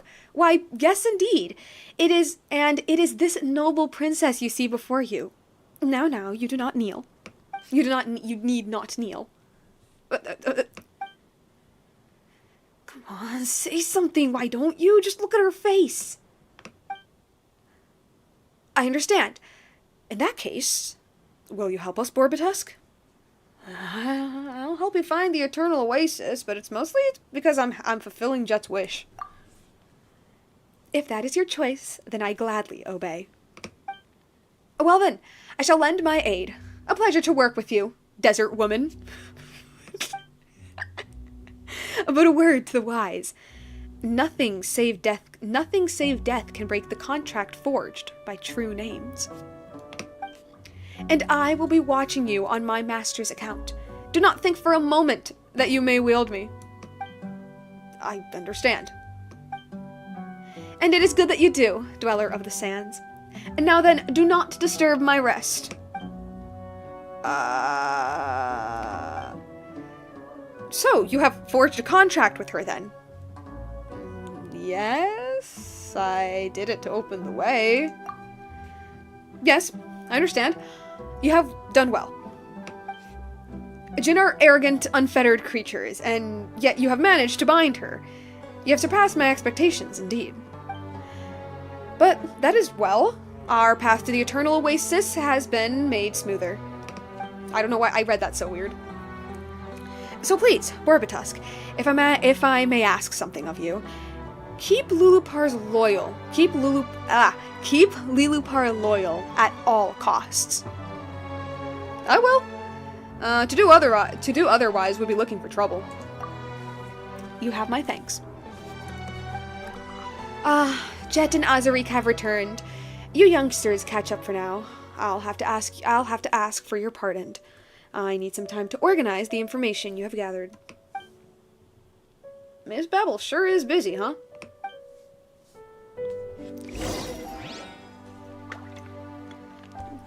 I have a feeling we may have ticked her off a bit. Well, not we didn't do anything. This little bottle thingy may have ticked her off a little bit. Where am I going? I just have that feeling, I don't know. Hey, yo, Jeht! You're still alive! Good to see that you're still alive. For a second there, I thought you were being, like, ambushed or something. Is the conversation with Matriarch Babel over? In that case, let's take a short break. Oh. Did I talk to you instead? Nighttime! We're here. Come on, let's find a place to sit and grab a bite, Borbitusk. You good girl? Hey there, Azarik. Jeht? It's been a while. Been a what? Y'all, it's been like a day. Y'all acting like we've known each other for like weeks.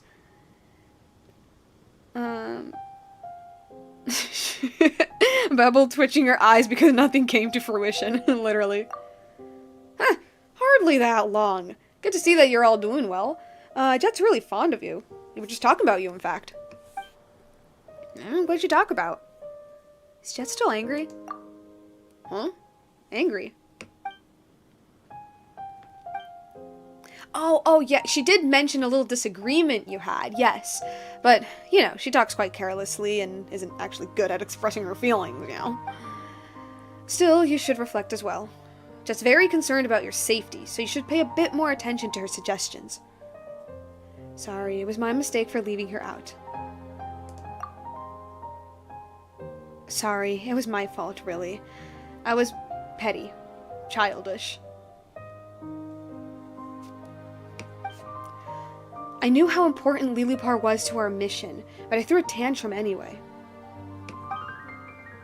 Lilupar says stuff weirdly, but she does use some pretty creepy analogs. But she looked out for us the whole way, so... well, she's different from the people we've met so far for sure, but she doesn't seem like a bad person. Whatever the case, it'll be fine. Borbitusk is important to you, isn't she, Jeht? Yeah, I mean, I've always seen you as my best friend, but I'm just worried that... Never mind. She's also serious all of a sudden. Paimon doesn't know what to say at all. There's no need to be so awkward. I don't get mad anyhow I won't get mad anyhow from now on, and you can count on that.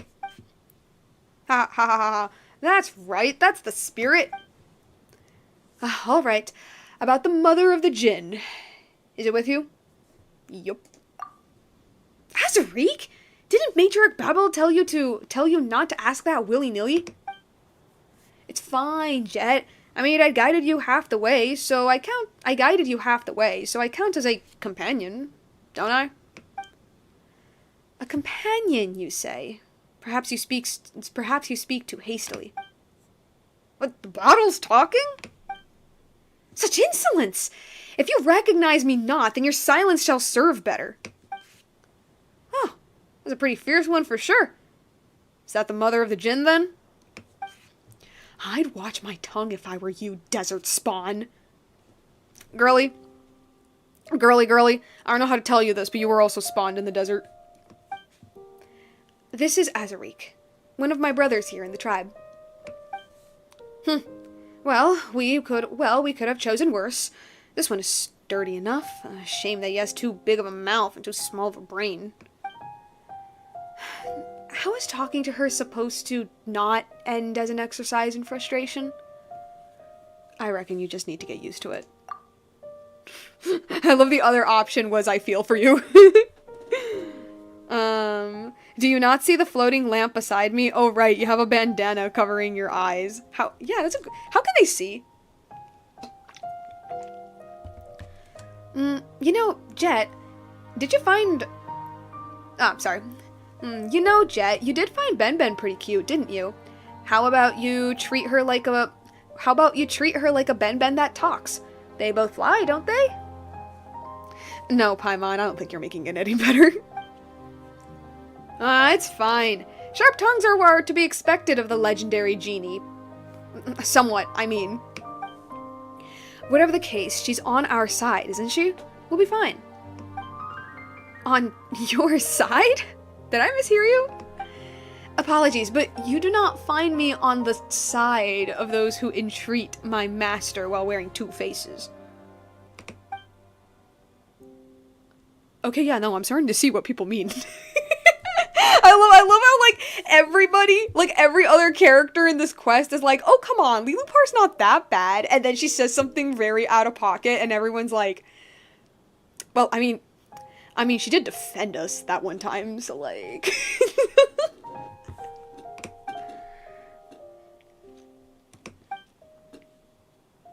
My master trusts you, and I trust her reasoning for that. But I will be watching you, Azariq. Well, I guess that's just what a genie's like. It's fine. Ah, right. Did anything happen while we were separated? I'm just curious, I mean. Lilupar keeps crushing their hopes and dreams. Like, they get her to be like, take me to the Eternal Oasis, and she's like, I am not listening to a single thing you have to say, desert folk. Oh, you learned how to read? How smart are you? And everyone's like, okay. Same here. Did I miss anything? Well, about that. You and Jeht tell Jeht and Azariq. Okay. So, a traitor, along with accomplices from other tribes. They might be the same bunch I was tracking down previously. It's even possible that they're collaborating with dangerous outsiders like the Fatui. I knew I saw the Fatui. Huh? Pretty good, Jeht. Made the best of some rather limited information on our foes there. That's not that hard. I've been helping the matriarch to track and eliminate traitors, so their movements and patterns aren't that alien to me. My dad and I have also encountered those people who call themselves Fatui in the past, so they're no stranger to me either. Still, I ran off in a huff without giving any thought to whether they would act. I'm sorry. That was my mistake. Let's leave that aside for now. It wasn't even your fault. I'm with Paimon. Don't beat yourself up about this too much, Jeht. They seem to have ordered specifically not to attack you. Can't blame you for having lowered your guard there. But as for Adderfi, since he's fled in secret, it's beyond doubt he's betrayed us. Those who violate the laws of hospitality and wield their blades against guests are unworthy of the Tanit's mercy. I'll capture him, Barbatusk. This I promise. He will not escape the matriarch's judgment. Oh, Jeht's getting serious. What? You make it sound like I've never been serious. Becoming ever more the model tribeswoman, eh, Jeht? What are you talking about? Aren't I one? That's not what I mean. I'm just glad to see you're so concerned about your friends. This is also a tribal matter, you know? True. Outsiders are becoming increasingly active in the desert, and as their interference increases, so too do changes of heart and thought.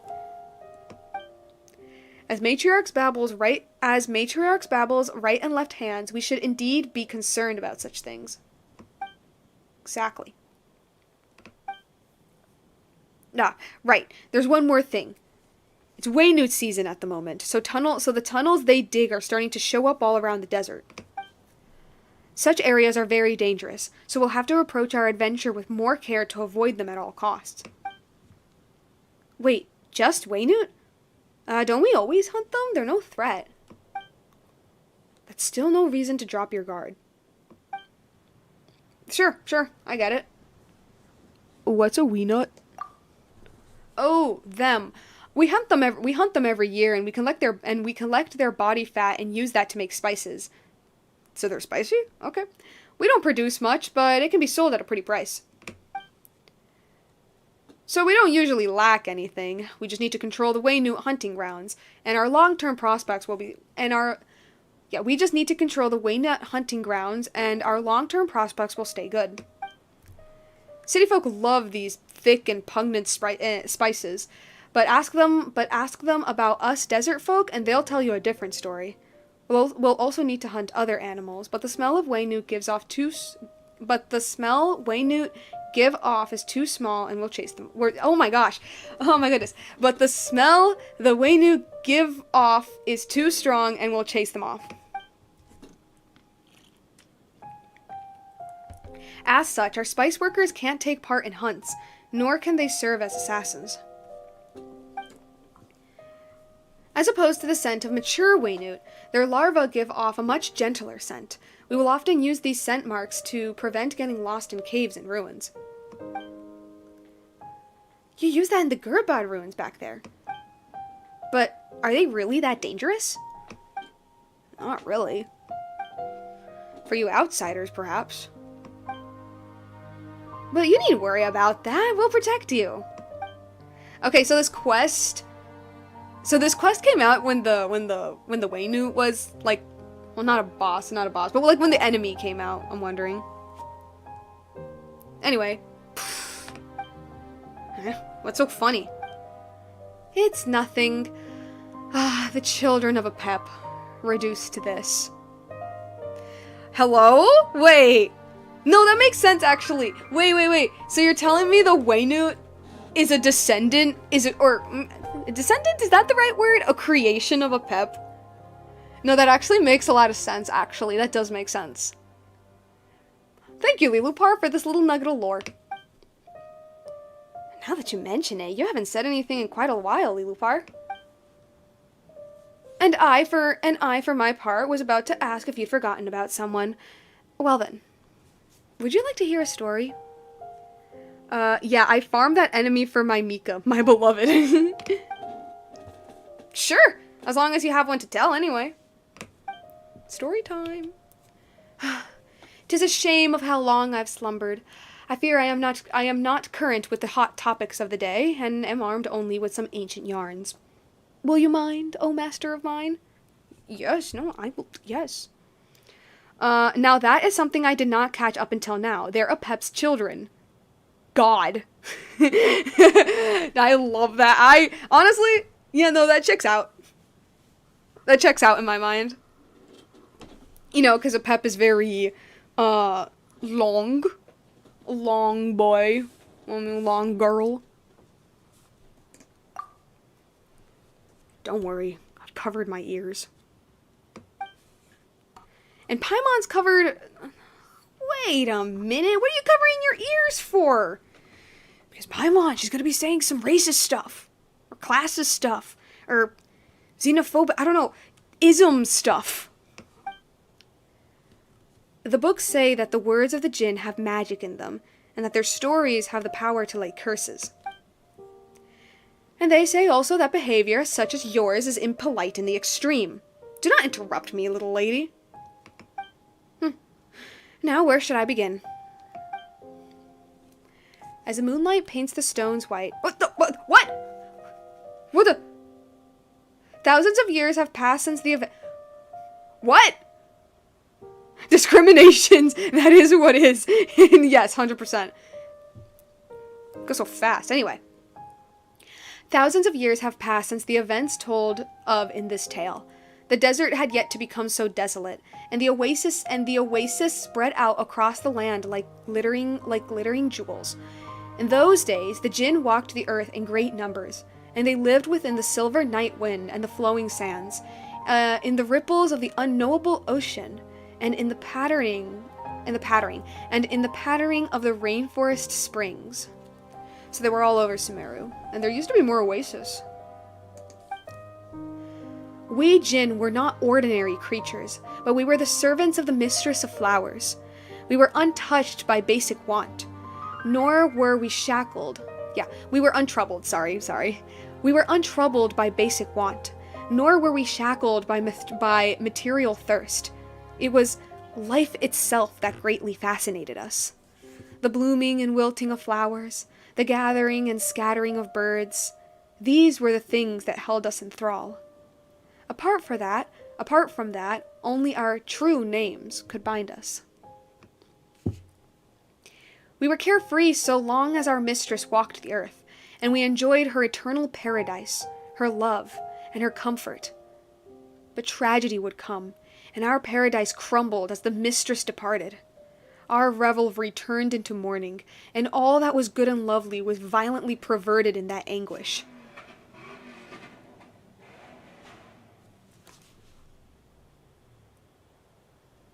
Sorry, I don't know if y'all could hear that.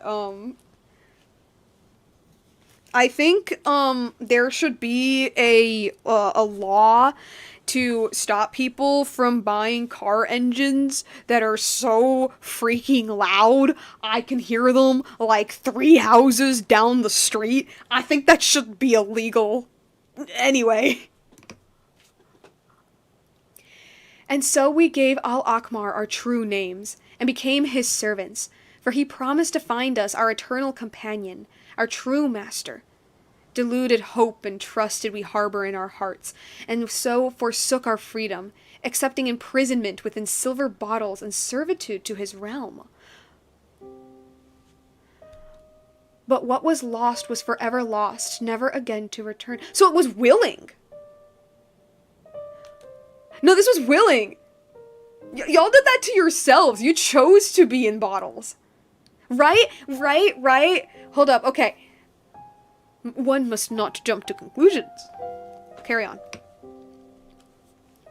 But do not think that the Jinn were wanton servants. Only a love bordering on madness would make the Jinn give their true names willingly. For it was their deep love for the Mistress of Flowers that drove them to embrace the desert from the first. Yet, waking to face the tomfoolery of this barren world caused the surly genie to fall incurably in love with the shepherd. I'm just like rereading this.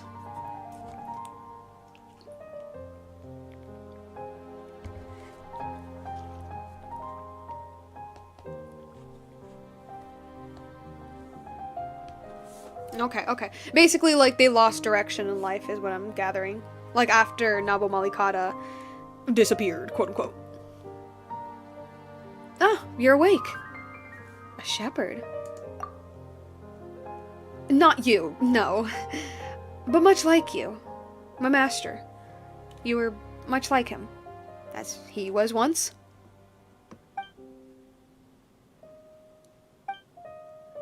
Well now, girl, does that make you jealous? Definitely not. Well, she's quite transparent, my master.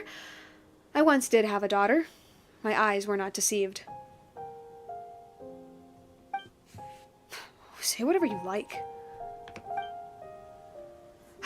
to the Jinn, love was such a terrible chain, driving those who fell into its pit to make sacrifices, like the hyphae of a parasitic insect.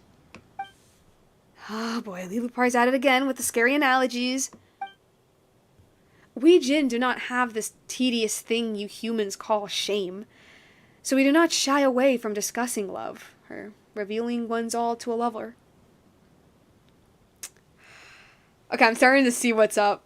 Wait, no, cause like I said, I know like the broad strokes of the Gurabad story, but this is some interesting details. Oh, that's actually kind of sad. No, I'll explain why later, but this is actually kind of sad. I'll keep going. We Jinn do not have this tedious thing you humans call shame, so we do not shy away from discussing love, or revealing one's all to a lover. I'm suddenly glad you're just a bottle now. But to the Jinn, this mad love could not be reconciled to betrayal, or else hatred and vengeance 3 times greater would be sure to follow. Okay, I'm starting to see what's up. That was the root of the farce that ended Guravad, though that is a different tale. Actually, now that you mention it, I'd like to ask a question. Did you really have no other goal in presenting your true name? Well, I suppose vigilance is wisdom.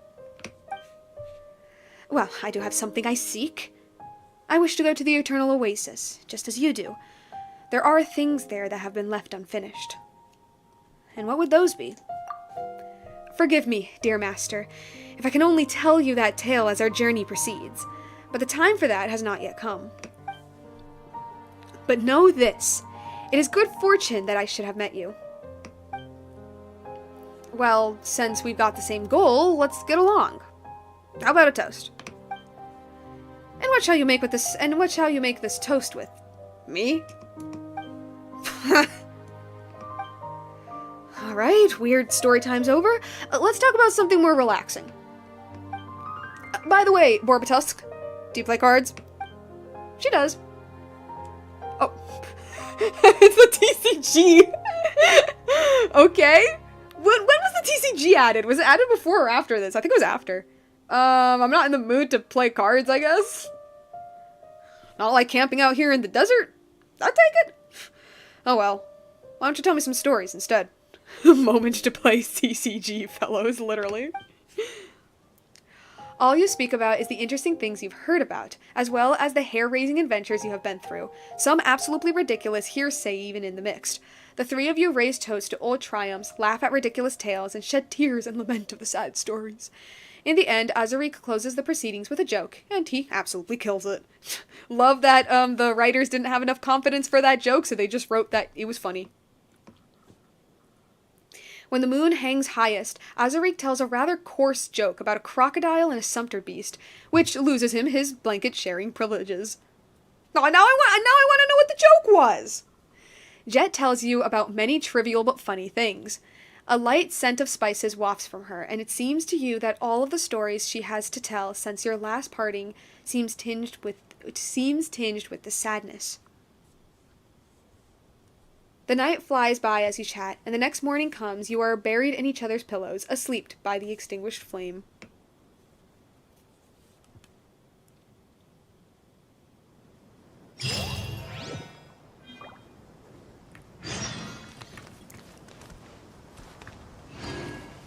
Part 1? Excuse me, part 1? Yeah, I'm gonna be honest, I thought we were like halfway through. What do you mean part 1? Oh god. This is a Sumeru quest after all. Borbatusk, Paimon, how'd you sleep? I'm doing fine. Why did Lilupar have to use all those strange metaphors about bugs and scorpions? Took Paimon's half a night to get them out of her head. Ha, glad you guys got some rest. I sure did not. Who asked you to get up in the middle of the night to go find Matriarch Babel? Wrong way around. She came to find me. What did Matriarch Babel want from you? It was an urgent thing. Some matters concerning the elders of the tribe, you know. 3 parts, I believe, and then 1 more. I think the half of the story is reaching the garden? That's half? That's half the story? I thought that was the end. I thought reaching the garden was the end of it.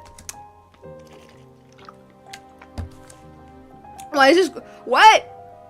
I don't know, maybe I've just become too accustomed to, like, the recent world quests, which are actually, like, well-paced. Oh, I see. We have happened upon some open secret. Oh, okay. Huh? Matriarch Babel spoke briefly with me last night. What we must do next is use the tunnels in the dunes to enter the underground portions of the Eternal Oasis. Indeed. My master, Al-Akmar... No, I'll save that for later. My master, Al-Akmar, once created a most intricate system of canals, shaped to provide irrigation for the soil of the mortal kingdoms. Before the dune was encased in sandstorms, before Al-Akmar was naught but dust, this place rolled with hills most fusant and verdant. But those canals have long run dry. Fortunately, that lends them to our purposes quite well, allowing entry to the foundations of the oasis within the dunes. So Matriarch Babel has finally made her decision. It's because Borbatusk reclaimed the genie. She can serve as our guide. Moreover, my tongue's as clever as that of a mockingbird's, so you should know that by now. I indeed witnessed this occurrence, my master, but I thought there was little need to go into detail about it with you. Alright, let's go and discuss the rest of the details with Matriarch Babel then. Talk to Babel.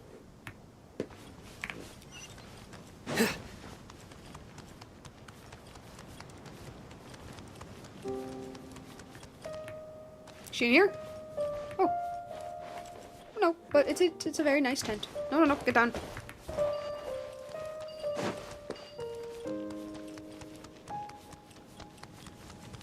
Hello. How you doing?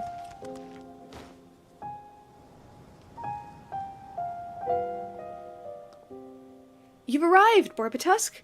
I hope that our hospitality hasn't disappointed you. Ah, Jeht. While you're here, I shall entrust the great task of apprehending the traitor Aderfi to you. I suspect that the recent spike in traitors within the tribe has something to do with the interference of those who hail from the Snowlands. That's the Fatui, isn't it? Yeah, you mean the Fatui? The Fatui? Their influence spreads even here. Girl, their influence was spreading to Inazuma, okay? Like, they're just like those toads or centipedes Lilu Park keeps talking about. We keep running into them everywhere we go. Initially, they approached our merchants under the banner of trade. Then, before long, they started meddling into our affairs. Annoying as it is, the forces behind them are indeed powerful. Yeah, that's how they get you. That's how they get you. They start it with, like, simple, like, business, and then it leans more into, like, diplomacy, and then it leans into conspiracy. Basically, Inazuma. Prior to the present, we had already pushed the Northerners out of our territory, forbidding them from appearing in our hunting grounds to prevent them from further harming our people. What is this? Fatui's doing evil shit. But when we become friends, they're nice. Okay, yeah. Makes sense. Yet they continue to circle us in the desert like hyenas. I don't know if they seek treasure or an alliance from us. Regardless, they are dangerous. I got it. I'll return with additional information or a newly claimed life. And? Information and a newly claimed life. Right. I understand. Ahem. However, the Fatui are not the most important segment of today's conversation. Borbatusk, the task I bade for you today. I believe that Azarik has already gone over the broad strokes with you. Indeed, Matriarch Babel. Good. But I must warn you still that the path ahead is fraught with dangers. Our scouts have discovered signs that many Waynu may be active in the area. Be at ease. I will guide them down a safe path. Azariq. I'll be your guide and help to expel the Waynute, but I won't be heading into the Forbidden Zone. Sorry, because this is all a plot to kill us. I respect Azariq's considerations. The remains left by a god long past. That is something not lightly disturbed by the likes of us, who yearn to only stand vigil over this tomb. This most unpalatable task must fall on you. Thanks for the opportunity, Matriarch Babel. Yes, I hope for your safe return. Esteemed Lilupar, after entering the foundations of the Eternal Oasis, we must rely on your power to guide the group. The ruins of the canals may yet hide the ruins of the canals may yet hide your fragments. Indeed, of this I am aware, but I am curious as to how this knowledge came onto you. You learned this from outsiders, did you not?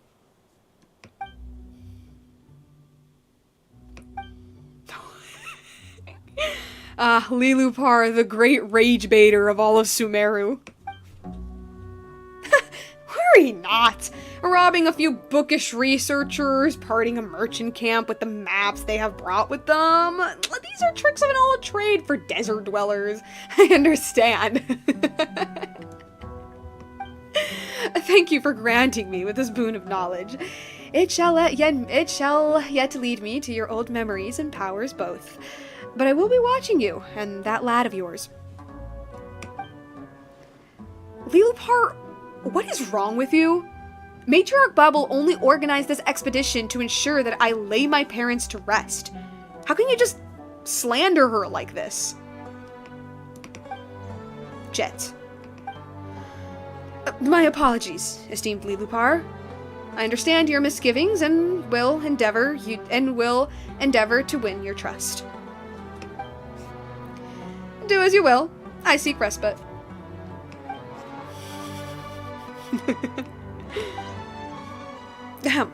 Very well. Do not let me forestall your departure. Leave as soon as you are able. She's a rage baiter. Okay, descend into the Eternal Oasis. Apologies, our business has me distracted. Was there anything you needed? Lilupar, do I look like I care? Literally. About the traders. We have let an outsider see the troubles our traders have caught us. How shameful. But worry not. With Jeht's aid, Adurfi will soon be delivered into rightful justice. I'm just concerned that there isn't enough evidence. Well, you are of the city folk. It is unsurprising that you worry about matters such as evidence and suspicions. This I understand. But for us Tenet, he has already stained the name of the tribe with his dishonor. Forgotten the name of his mother. Forgotten the name of his mother. Punishment must be delivered onto him. Anything else? About Jeht. Jeht, she is a good child. She learns our ways quickly and greets trouble with neither grimace nor complaints. Speaking of her, it is a shame that... Oh, yeah. Speaking of her, it's a shame that there was an incident between us and her father in years prior. But I'm just glad that Jeht has returned to us. Though her father... I suppose we can consider this a delayed resolution. She likes you, you know. I can tell. So please don't disappoint her and ruin the friendship you have. I forget which one was, I think it's Jeht's dad. I forget which parent is the one from this tribe. I forgot which one. Because the only thing I remember from the first quest was, that, like, her parents met in a research expedition. Yeah, that, like, her parents met in a research expedition, and as they were,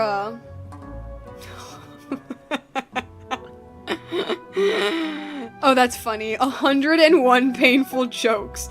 You notice that the bottom of the title page has an emblem belonging to the Academia Library. Perhaps this book is among those that have been smuggled. Sino, did you write this book? It feels like something you'd write. What was I saying? Oh yeah, because from what I remember, like, her parents met during, like, a research expedition, and the mother was the scholar, if I don't remember wrong. Okay, because I was trying to remember which one was which. I just remember that the two of them were doing, like, some sort of research expedition, and then while they were doing their research project, they fell in love, and then they had Jeht, and they were like, well, I guess we'll put that on hold. We're gonna put our research project on hold. And that's all I remember. Okay, we're just going this way then. I don't know what I was doing. Okay, I think we're gonna do just like a little bit more. But we're probably not gonna do this entire section. I don't think I have time for that. In here. Are we going back to the ruins? Yeah, we are.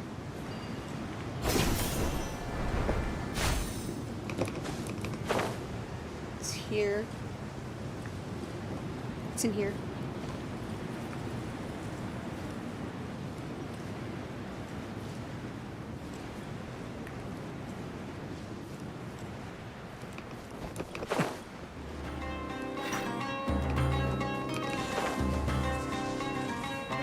Yeah, I'm just, like, not gonna fight them.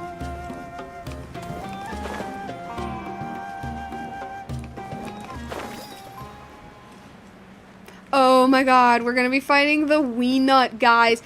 Wrong turn? Was it? Oh man. Okay, so we're not supposed to be Oh, yeah, that is the wrong turn. Whoopsie!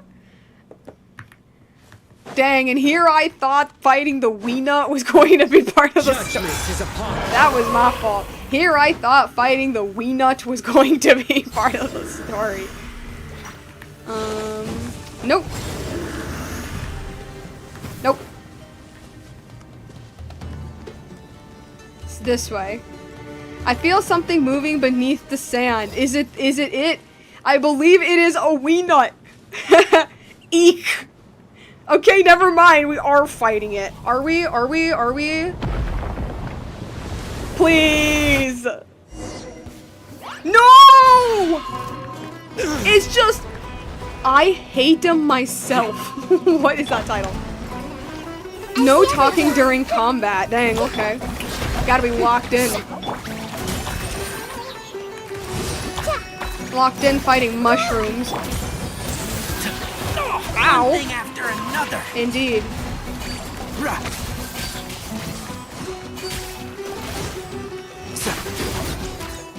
I'll uproot you. Keep up. Not Sino telling, not Sino, not Tiggy telling me to keep up.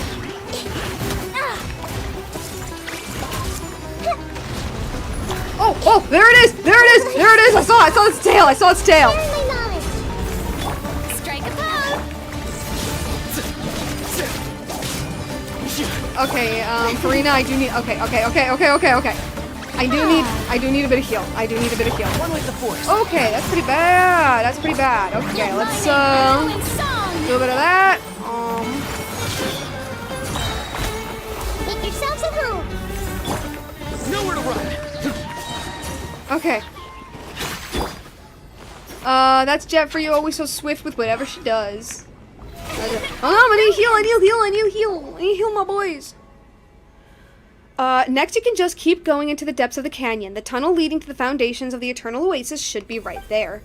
Borbatusk aware of sandstorms. In canyons like these, the wind-flung grains sting worse than those flung by the winds on the open sands. I get what you mean, I think. Be at ease, I shall protect my master. Let us proceed. Well, I'm gonna split now. You guys stay alert and stay safe. And try not to die. Thanks, you too. Hazarik, you're the one who should be staying safe. Walking through the desert alone and all. Don't get eaten by a Wee Nut. Canyons of Kings, source of all power, does the halo of your radiance cast its rings? What kind of song is that? Why do you wish to learn? A pity. If my memory is in tatters, a reminder of this poem no longer greets my recollection. Wait. I still need to heal him.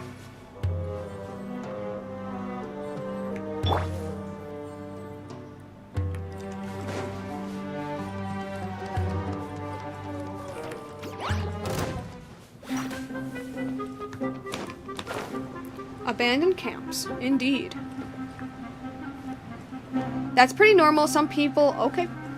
I guess they just travel in abandoned places. Ooh. Ooh. Pretty, very pretty. And ominous. What's this place called? The Temple of Buried Dominion. Oh, okay. This is a Tannin camp. It even has the tribe's markings. Matriarch Babel must have sent someone here ahead of us. Oh, what is this? Someone appears to be less attuned to the traditions they so claim to practice than they like. Is there something wrong with the campsite? What's wrong with the campsite? Paimon's not seeing anything here. She dispatched people to comb this area before the arrival. However, I perceive that they never made it out. Perhaps it is because of such that this place was marked as forbidden. Which means that this area was forbidden for matters of practicality, and not terror's rot of superstition. As for why she sent people here with regularity prior, it could just be to sate the desire of young Jeht here. More camps lie ahead, I would warrant. We'll ask Matriarch Babel about this once we get back. For now, we keep moving. So she has been sending people basically on she's been sending people basically on suicide missions. I am so shocked. What if this is a suicide mission? I don't know. Just a thought. Damaged records. We were ordered to find the path to the Eternal Oasis, and it seems we're finally seeing some results. But this is a perilous place. The investigation team has taken serious losses, and our material transportation lines have been cut by storms. We have run out of food. Perhaps we can capture some nearby Waynut to feed ourselves. The hunting party we sent was lost to the sandstorm. We cannot risk sending any more people out. Ran out of water, bled our sumpter. No, that's no. You bled your sumpter beasts. Why? Scouts are still searching for a way back. We can only leave our fates to the sleeping mistress of the oasis, if she exists at all. I mean, the Jinn are there. You know, she obviously existed. She's just dead.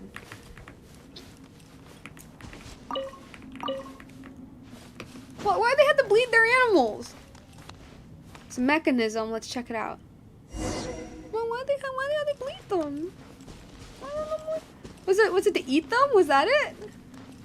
It was probably to eat them. It was probably to eat them. What is this? Though I really don't want to act without thinking things through, I have a feeling that if we want to continue, we'll need to activate this thing. But what if it's dangerous? This is a water pumping mechanism. It was used to attune the flow of vectors of water. Though now, water's place in its pipes have been usurped by sand. As surely as you are witness, this once was a lush garden, in a time where the flowing springs had yet to become a fleeting rarity among the sands. Enough talk. I think I may be able to spark function back into this mechanism. Allow me to try, my master. It sure sounds like this place is familiar to Lilupar. Borbatusk, let's just let her give it a go.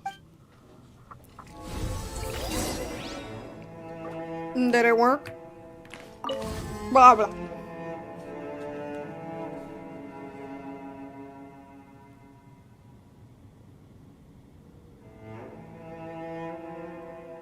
Well, a door opened. Listen, do you hear that? It feels like something is trembling beneath the tunnels. Is a door opening? Yes, I believe I know the direction. Let us proceed.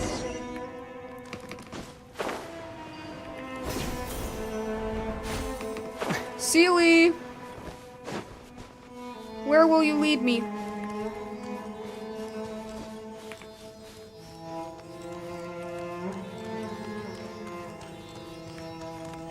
So the trembling came from this door. I wonder what's behind it. A fragment of myself is here, just ahead somewhere. I can sense it.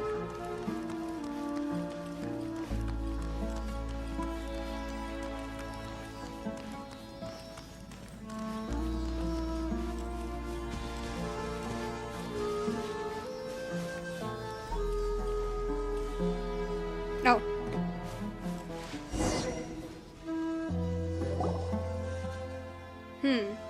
Found something? Look there, those tunnels. I'm thinking of connecting them and clearing the accumulated sand. I think that might open a path for us. Ah, a reckless thought, born of ignorance. Still, the plan is worth a try. You're getting on my nerves, Genie. It is my acknowledgement you are receiving, little one. She is such a rage baiter. Aren't you the little one here? Jeht's young, and Lilupar's small, so the way Paimon sees it, they're both little ones. By that logic, seeing that you're both young and small, that makes you the littlest one. Hey. Paimon is probably, like, one of the oldest characters here. What? Don't bring Paimon into your squabbles. Barbatus, Paimon's not little, right? Nah, how adorable.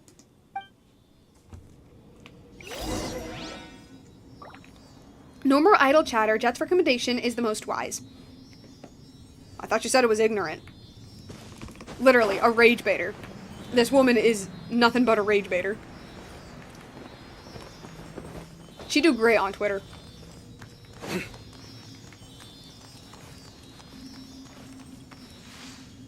Just. Thank you! Okay. Oh, more 1,000 nights.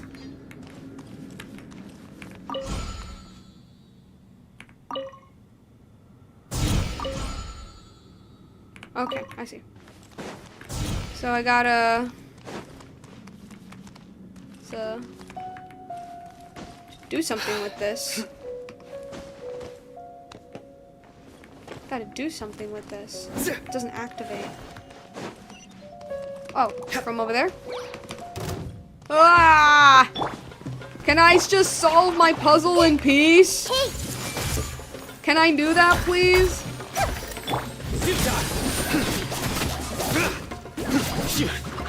Ah.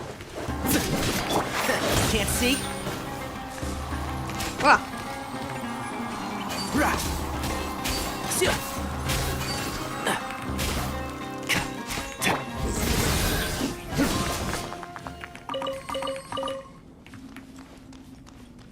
Oh, it's over there. Huh?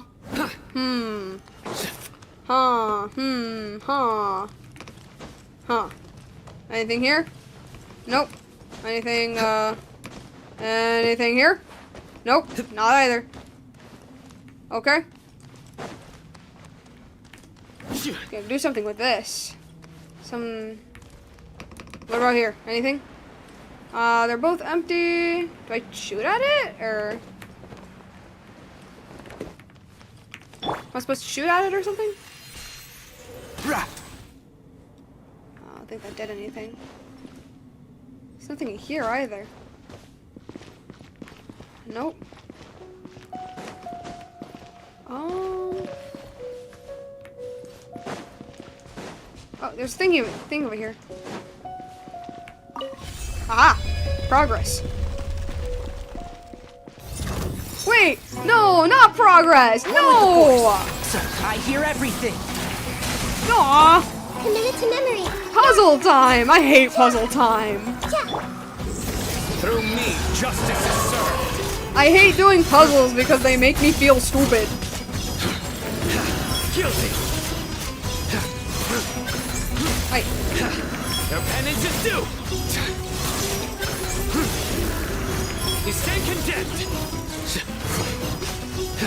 Good. Thank you. Okay. What am I supposed to do? What am am I supposed to fight these guys as well? I'm confused. Surrender! Or maybe it's like a thing up there? If I run over here. A chest? There's a chest up here? Oh wait, that's just the same place I was at. I'm confused! Wait, okay. There's a blue thing up here. There's a blue thing up there. There's a blue thing up here. What does it do? Okay. Sand is falling on this. And then I activate this. Is that it? Wah! Okay, I did something. Progress. Actual progress. Okay. Good. Whoa, the wall is gone. Let's check what's hiding behind. Oh. Ah, it's one of those. Like where? Oh. Oh, I guess it'll reveal it. Right? Right? I did it right? Maybe? Ah, there's no teleporter. Okay. Oh, guess I gotta go.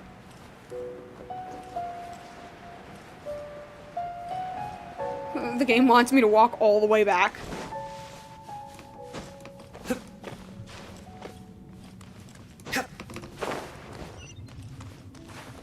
What?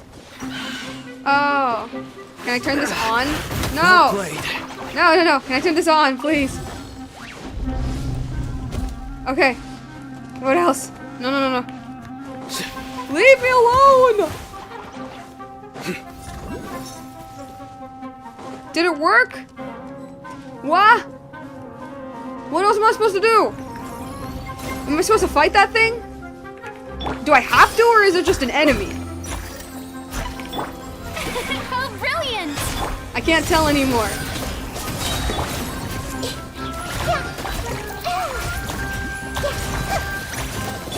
I'll uproot you! Oh, I think it's already dead. Okay. Keep up. What? Oh, is it through there? Is it through there? Haha. Ha. Got something. I got somewhere. The path lies ahead beneath the sands. What? Oh, it's been buried. It'll take years for us to dig it'll take years for just us few to dig it out. Oh my gosh.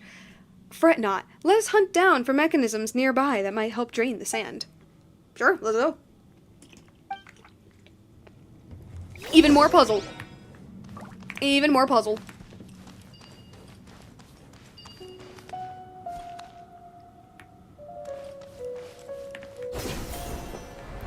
Like this over here.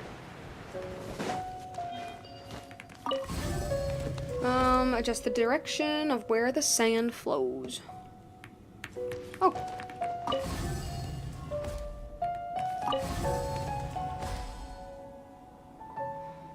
Okay.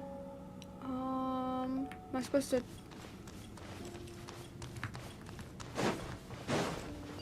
turn this on?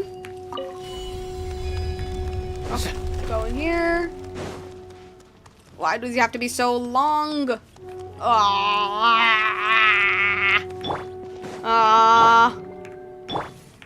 I'm just trying to get Nahito. Alright. Okay, let's go. Nowhere to run! Judgment is upon you. Can you tell I'm sick of fighting these guys yet?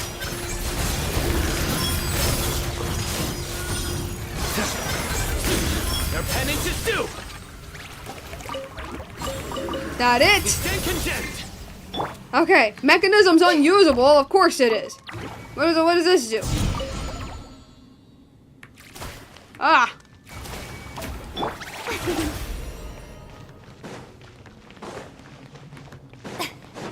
Let's open up. Thank you. Okay. If I go up here, the direction of the sand has got. Let's go back, and I could not read that fast.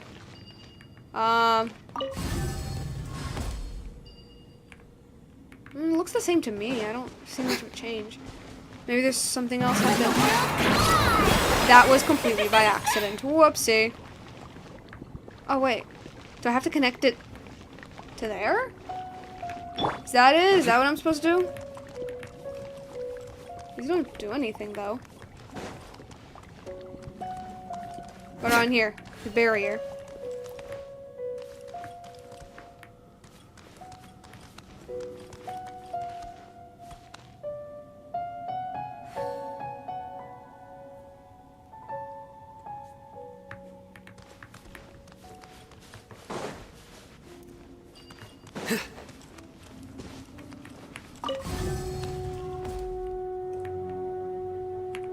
Let me look at that. Okay. Okay. Will that do something? If it looks like that, does this do something? I don't know! I don't know what I'm supposed to do! Find another way to enter the central area. I don't know what to do! Is this how my stream is going to end? With just me being like, oh no, it's another puzzle. I don't understand. I don't understand these puzzles. I don't think we're supposed to go down. Okay, let me. It's only two ways, right? Yeah, it's only this way and the other. Or wait, maybe I am supposed to go down? Is that it? Am I supposed to go down? This feels important. Darn. Darn, I thought that maybe. It felt important. Maybe I am supposed to go down. Maybe. Right? I don't know. There's a door there. There's rocks. Oh, but I can't open it, can I?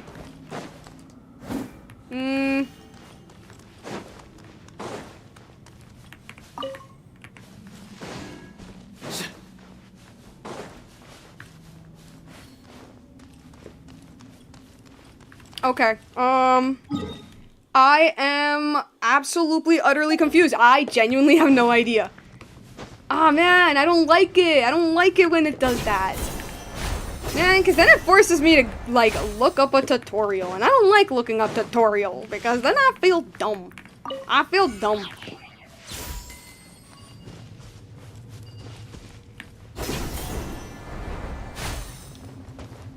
No, y'all, I literally got nothing. I actually have zero idea what I'm supposed to do. Like, the only thing I understand... Interacting with the pipes will adjust the way in which the pipes are connected. That's not cry stuff.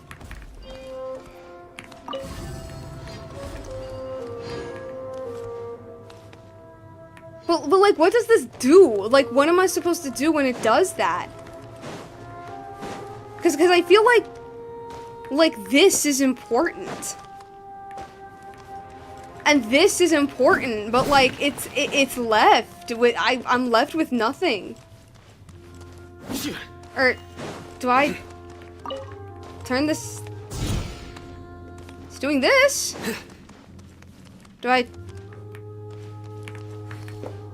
turn that thing on again?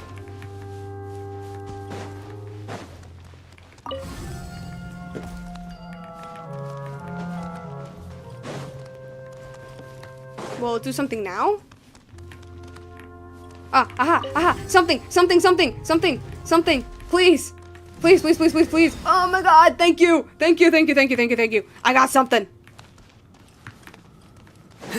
Oh man, these puzzles. Okay, what now? What do I do now? Oh, I head deeper. Okay. Oh, we got somewhere.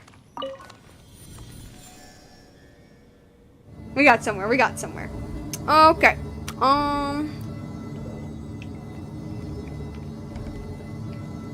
trying to find, like, what's a decent place to. Probably end the stream for a bit. Until next time. Can't see. I guess this ain't a bad place. Maybe after I kill these guys. Surrender.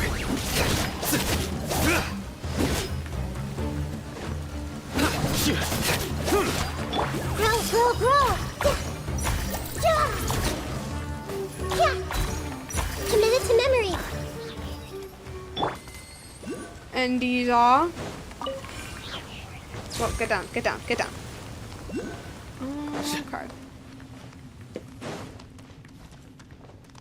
Whoa. Oh, we're dip. Okay. And do I do something with this? Yes, I do. I don't know what I did, but I did it correctly.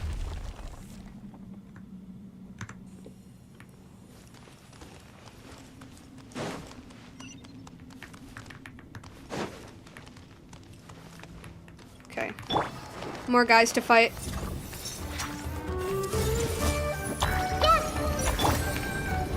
Ah. Enshroud. Yeah.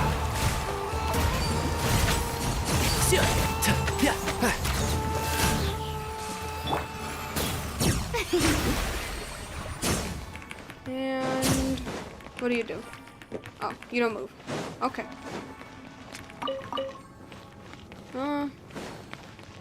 Something out here is supposed to turn this on. Is it this?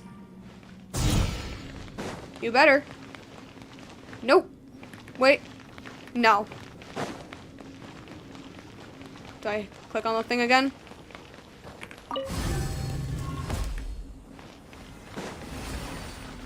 Aha! Good. Okay.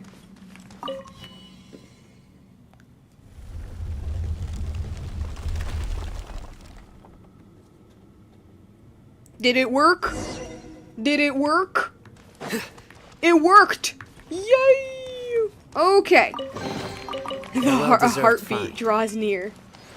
Okay, and I believe that I think, I mean, if it's here, okay. Just need to check first if we're doing this right. There are so many scattered ruins here. I wondered what happened. If my memories had never become undone, perhaps I could offer your enlightenment. Oh my gosh, more? All that unfolded here, all that has been regarded as a lesson by the sages of other nations, it hurts my very being. Can Jin feel pain too? Jin have little need for a vessel, little need for senses. We begin to connect with others. Oh, come on. You're going way too fast. Ugh, why add like an entire paragraph if I can't even read it? Your words are beyond your understanding. There's no need for you to placate me. I did understand you, just not completely. Why add these little character details when I'm supposed to be in a fight? That's unfair. Yeah. I hear everything. Come at me again. Nowhere. Okay, I need to Present. give. Yes, why are you in such? You are in such like the worst corner ever. Futile. The Temple of Wisdom. Ah.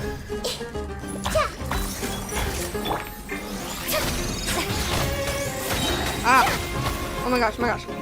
Through me, I'm just gonna go ahead and. Guilty. Are you dead? Are you good? Or are we done? Can't see. We done? We done? The show begins. Okay. Where's the door? Where's the door? Over there. Okay, good.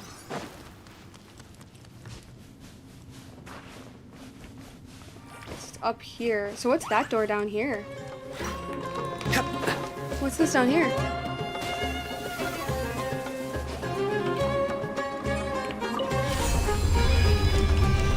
Oh. Oh. Ah. But This wasn't the correct one, was it? There's another one up here. Right? Where is it? There was another one up here. Over there.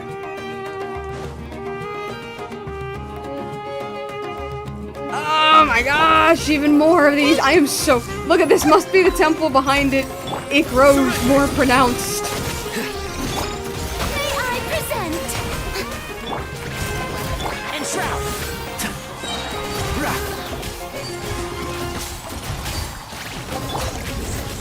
I am so sick of fighting these guys, can you tell? Well played. Can you tell? Can you tell? I'm sick of these Let's guys. nip that in the bud. Strike a pose. Nowhere to run. Done? Are we done? Oh my gosh. Okay. I could start it, but honestly, I think this is a decent place to end the stream. Okay, can you guys Surrender. okay, let's just no. Okay, let's heal the guys.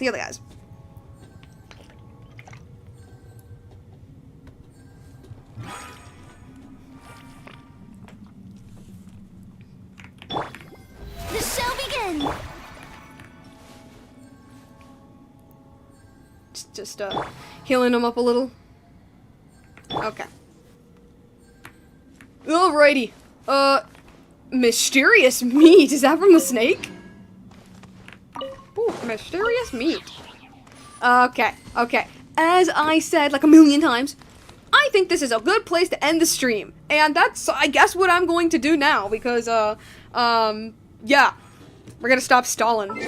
So, let's just get our little achievements. Let's see. It is only an eternity of servitude. The genie Lilupar, who has slumbered for hundreds of thousands of years, has entered a pact. I hate him myself. Be attacked by a Weenut for the first time. Shew the kingdoms thy shame. Make the damaged chessboard re-emerge amid the sands. From soil you are, and to the sand you shall return, just like all who dwell in the desert. Is that it? Yes, it is. Okay, let's get back to the infinite void. Get my little guy, and put on the music. Okay. Oh, whoops. Okay. So, yeah, that has been the, I actually don't know what is the name of this quest. I just kind of default to Golden Slumber Part 2, actually. That's what I defaulted to. Let's see. So what's, yeah. So what do I think so far of the quest? I'm not gonna lie, I thought that I was kind of like, we are more closer to the truth. I'm not gonna lie, I thought we were like at least halfway through the story, or maybe we are. I'm not completely sure. When it comes to quests, specifically in the Sumeru era, in the Sumeru time, it is like they tend to be very not well paced. I guess. Honestly, I think like I don't think Genshin's ever had good pacing, actually. I actually forget everything I say. Their world quests have gone a lot better. So much more better. Yeah.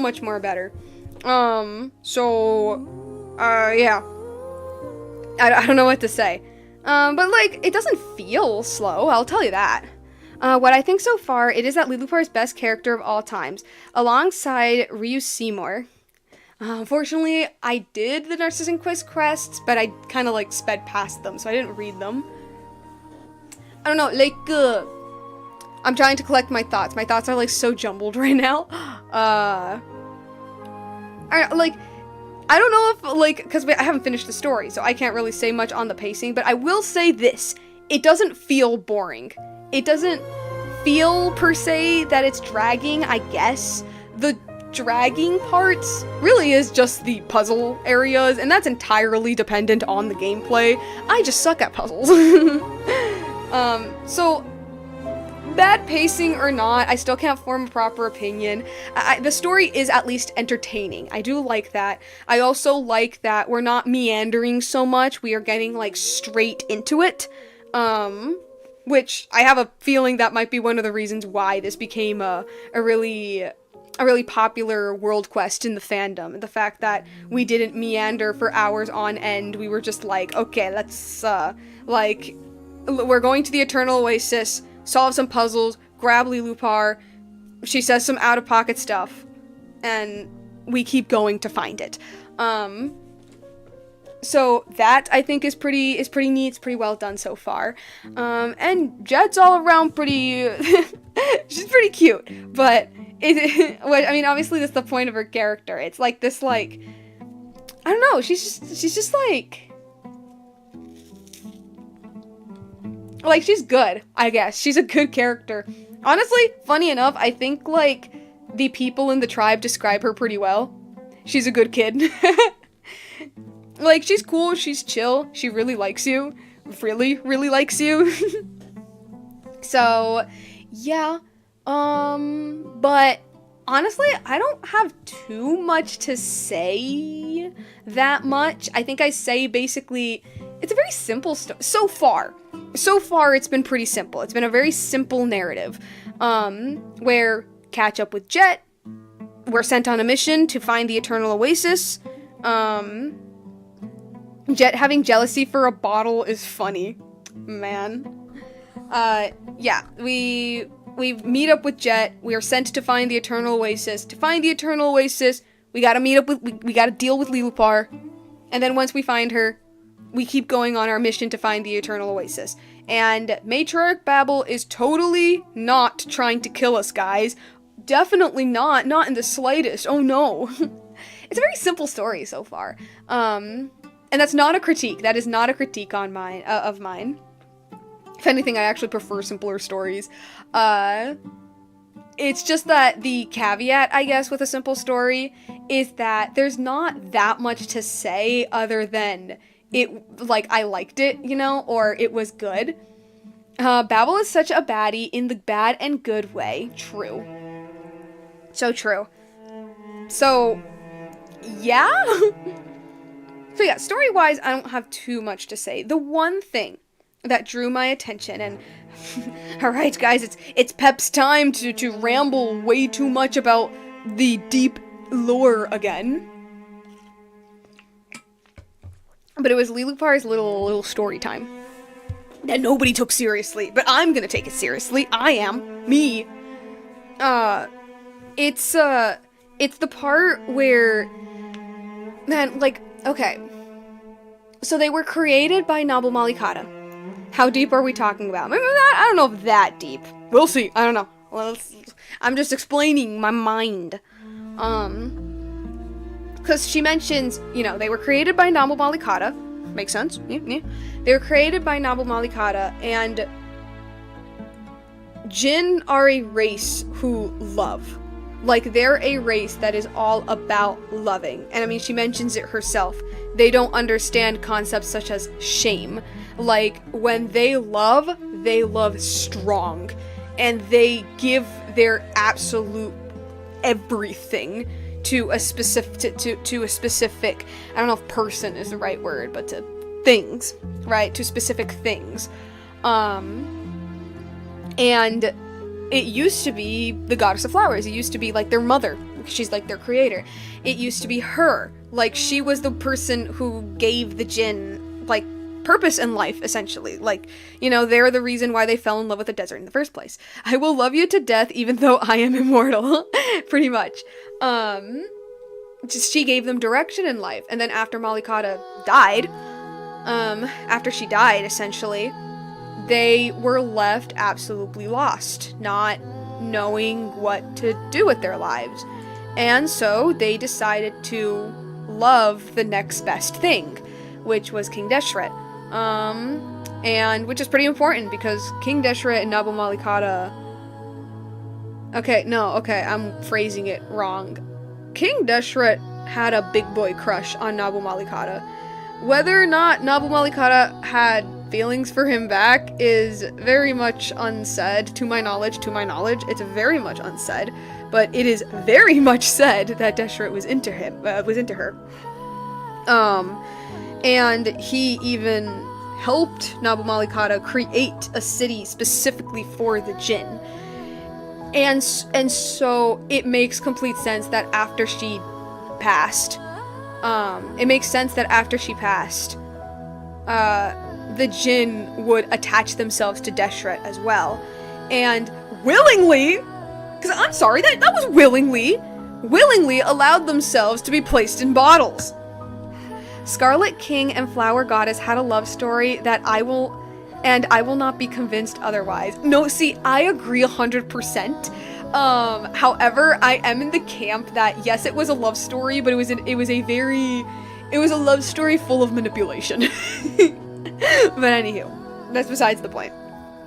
Yeah, it makes sense why the Jinn would immediately attach themselves to the next thing. They attached themselves to Deshret. They gave him their true names and allowed him to seal them in bottles. They weren't sealed in bottles back then, but they allowed themselves to. So, like y'all, that was willing. They willingly decided to put. I don't want to hear Lilupar complain. She hasn't yet, but I don't want to hear her complain about being trapped in a bottle. Cause like, girly, you yourself said that was a choice y'all made. Yeah. But what I do know about Lilupar's story is that she does end up marrying a human and having like kids and stuff. And I know about like the other stuff that happened. And like I mentioned this earlier, but it makes sense. Not justification, obviously.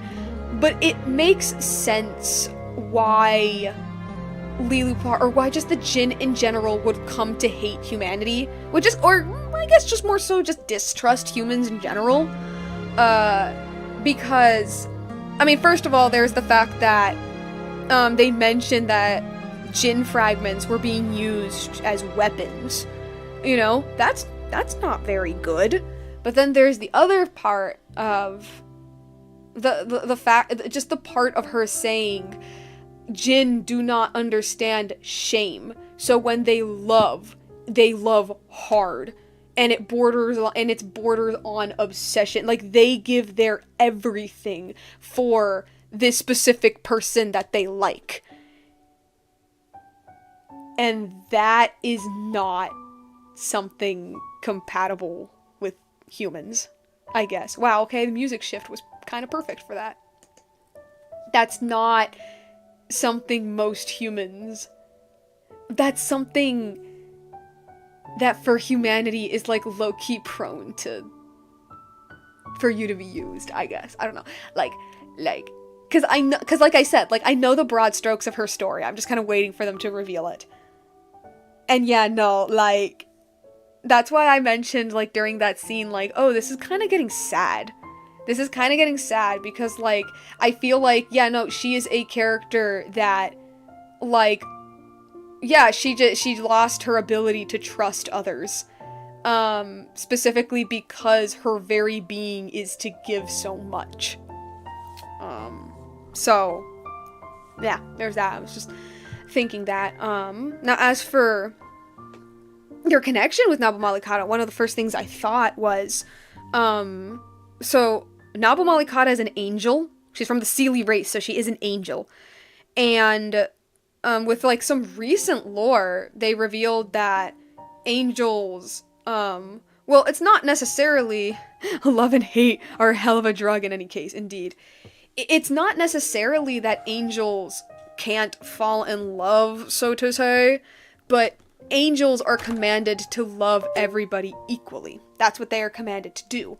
And if they don't, then then they get punished for that. Because to love everybody equally means that, you cannot show favoritism to anybody else.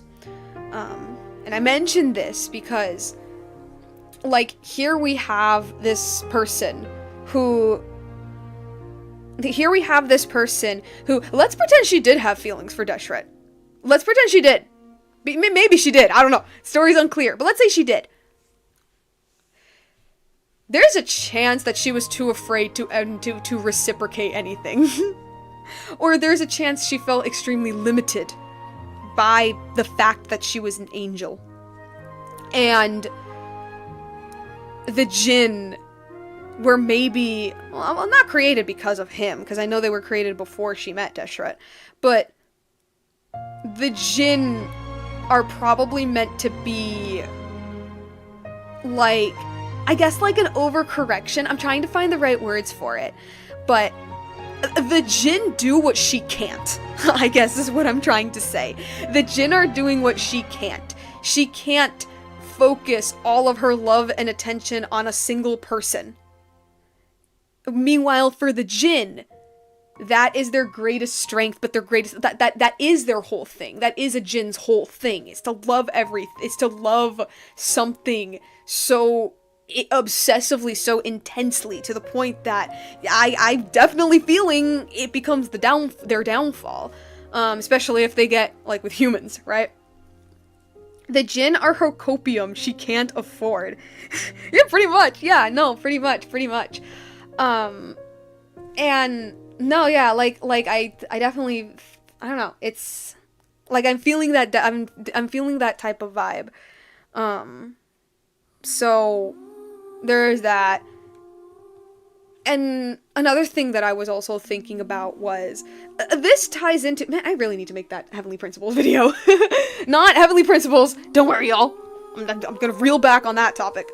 But more so about just, like, the gods in general, because part of my theory, I guess, my massive theory, hold up, water break. Part of this theory of mine, is the fact that all of the gods, Archon or not, love their people. Like, a lot. Intensely.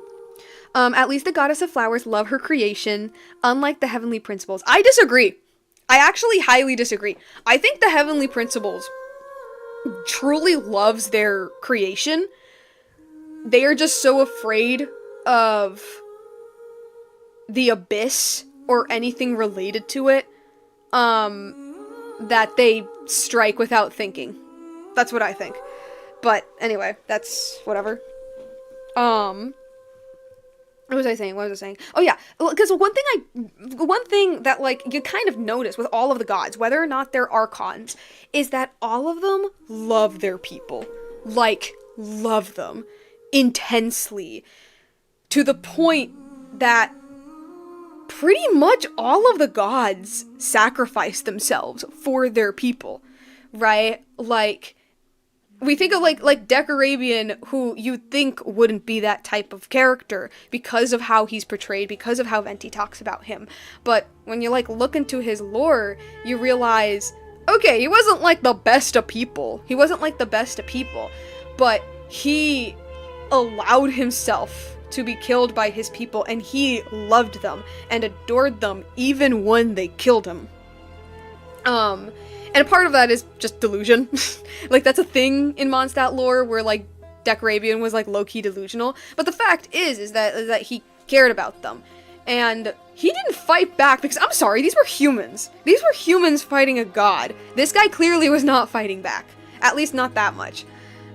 So, you know, we have that. We have Orabashi, which, depending on which narrative you agree with him attacking Inazuma, it was either to give his people fertile land, or it was an agreement from Celestia because of him reading, Before Sun and Moon. There's that. There's Jeht, who went insane with the forbidden knowledge because he was trying to, like, break his people away from the shackles of fate. There's Remus, who pretty much tried pulling the same thing, wanted to save Fontaine from not only the flood, but from, like, the shackles of fate. And he ended up dying from that as well. Focalor ended, like, Focalor's entire plan was to die. Yeah, like all of the gods, or like all of the dead gods, I mean, definitely have this theme of just loving their people to the point that, like, it literally kills them, type thing. So, oh man, I forgot what I was gonna mention. Oh, I was gonna connect that with the Jinn. I forgot what I was, like, I was going somewhere, but I forgot what it was. But, like, something about how Lilupar talked about how, like, the Jinn's weakness, so to say, is that they give their everything. Kind of made me think, oh, okay, it's like a lot of the dead gods in the game, that they give a lot. And especially with Deshret and also Remus, because both of them are very similar. Both of them are extremely similar. With both Deshret and Remus, they gave their everything for their people. And it either blew up in their face, well, with both of them, it blew up in their face. And with Remus specifically, the people didn't care. They didn't give two shits about what he was doing for them. The gods are more like sacrifices for the protection of the world. I wouldn't say that they are sacrifices, but I definitely think the self-sacrificial nature is definitely a part of them. Because we have yet to see a god that hates their people. And you can be like, oh, but the Tsaritsa! But like Dainsleif himself mentions in the Travail trailer, well, not Dainsleif himself, I'm sorry, no, Dainsleif is what you would think. I think about what Child says, where he says like, oh, in fact, the Tsaritsa is very loving and very kind, and that is exactly why she forces herself to be cruel. And Arlecchino backs up that thing, where she's like, no, yeah, the Tsaritsa is a very kind person, deep down inside. She's just kind of hardening herself for the sake of her mission. The only one I could think of is like Andreas is the only god who explicitly states he hates humans. And man sacrificed himself so that Mondstadt wouldn't be in eternal winter for the people of Mondstadt. So even the gods who don't like humanity still care enough for their survival. Zarina, just cold. So, it's definitely, like, a thing. And, like, I swear I was going to connect it with the Jinn. I swear I was. But I don't remember what was going to be the connection. I think it had to do with the fact that, the Jinn are supposed to subtly reflect the gods somewhat. I think that's what it was. Yet Andreas protects the humans, he's just a tsundere. Exactly. I think it had something to do with, like, how the Jinn are, like, parallels to the gods or something. I think that was my idea. They do mention earlier that Nabu Malikata picked up some creation techniques, I guess, from HP. And so, like, I don't know, like, what if, like, thematically, Nabu Malikata is the heavenly principles in this situation, and the Jinn are the gods. Let's pretend that. I don't know. I was going somewhere with that, and I completely lost track. But like, I sense some, like, parallels with them. I don't know. Maybe it's actually not going anywhere. Maybe it's not actually going anywhere. Maybe I'm just thinking about it way too deeply. Maybe the Jinn are just Occam's razor, Pep. The Jinn are simply just what Nabu Malikata, I guess, wished she could be, and then they ended up being so extreme in that wish that it ended up being their downfall as well. And of course, after she died, they attached themselves to Deshret at, like, the worst time possible, because this is around the time he's getting souped up with forbidden knowledge, so, like, you can't lose track if all is for that analogy. No, like, I had something with, like, the theming or something of, like, this quest, or, like, the Gurabad story, but I just, like, completely lost track, of what I was trying to say. It probably was just that it was parallel, I don't know. I guess I think my idea was that the Jinn were going to, like, hint at something, like, I don't know, but I feel like I lost it.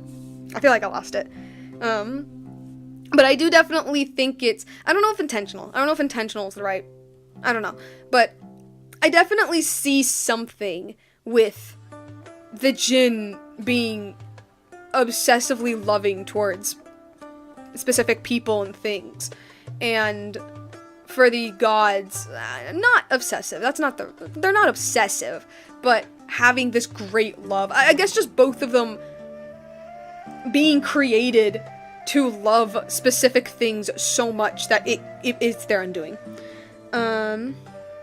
Me knowing what Lilipar did, this would be so good. Look, I know she was betrayed by her husband, and she plotted, and she had this, like, massive plot that spanned, like, 3 generations or so, and it ended up causing, like, revolts and civil wars, and it destroyed Gurabad, and then Deshret came back from working on his metaverse project, and he got mad, and as punishment, he sealed all of the gin in bottles. Like, I know that! I guess I'm just talking about, like, the gin as a whole. Just the gin generally. I don't know. But, yeah. The gin definitely are very similar to angels as well. But I guess that only makes sense. I mean, they're the creation of an angel. That makes complete sense. But, yeah, no, I guess that's more or less all I have to say. That was what was on my mind, I think.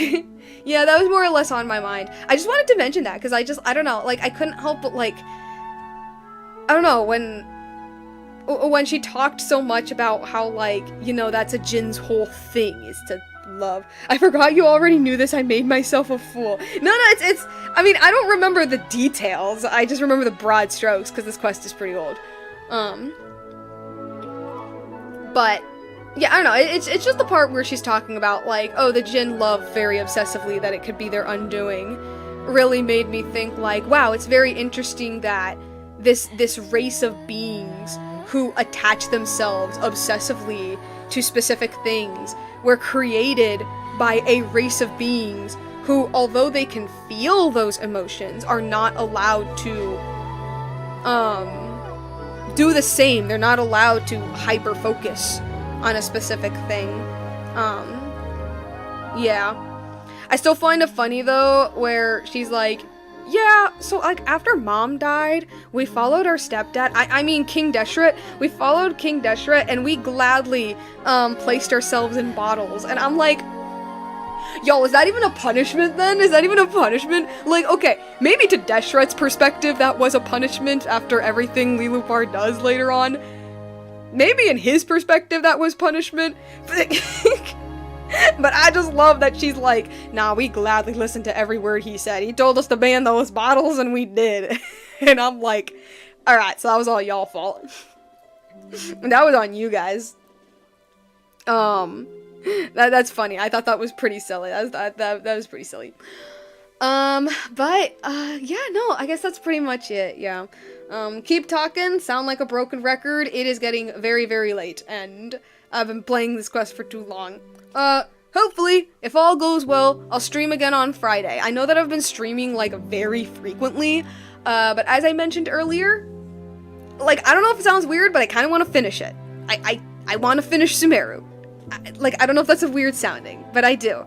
And I don't want to do what we did with Not Cry, where we took an absolute eternity to finish a quest.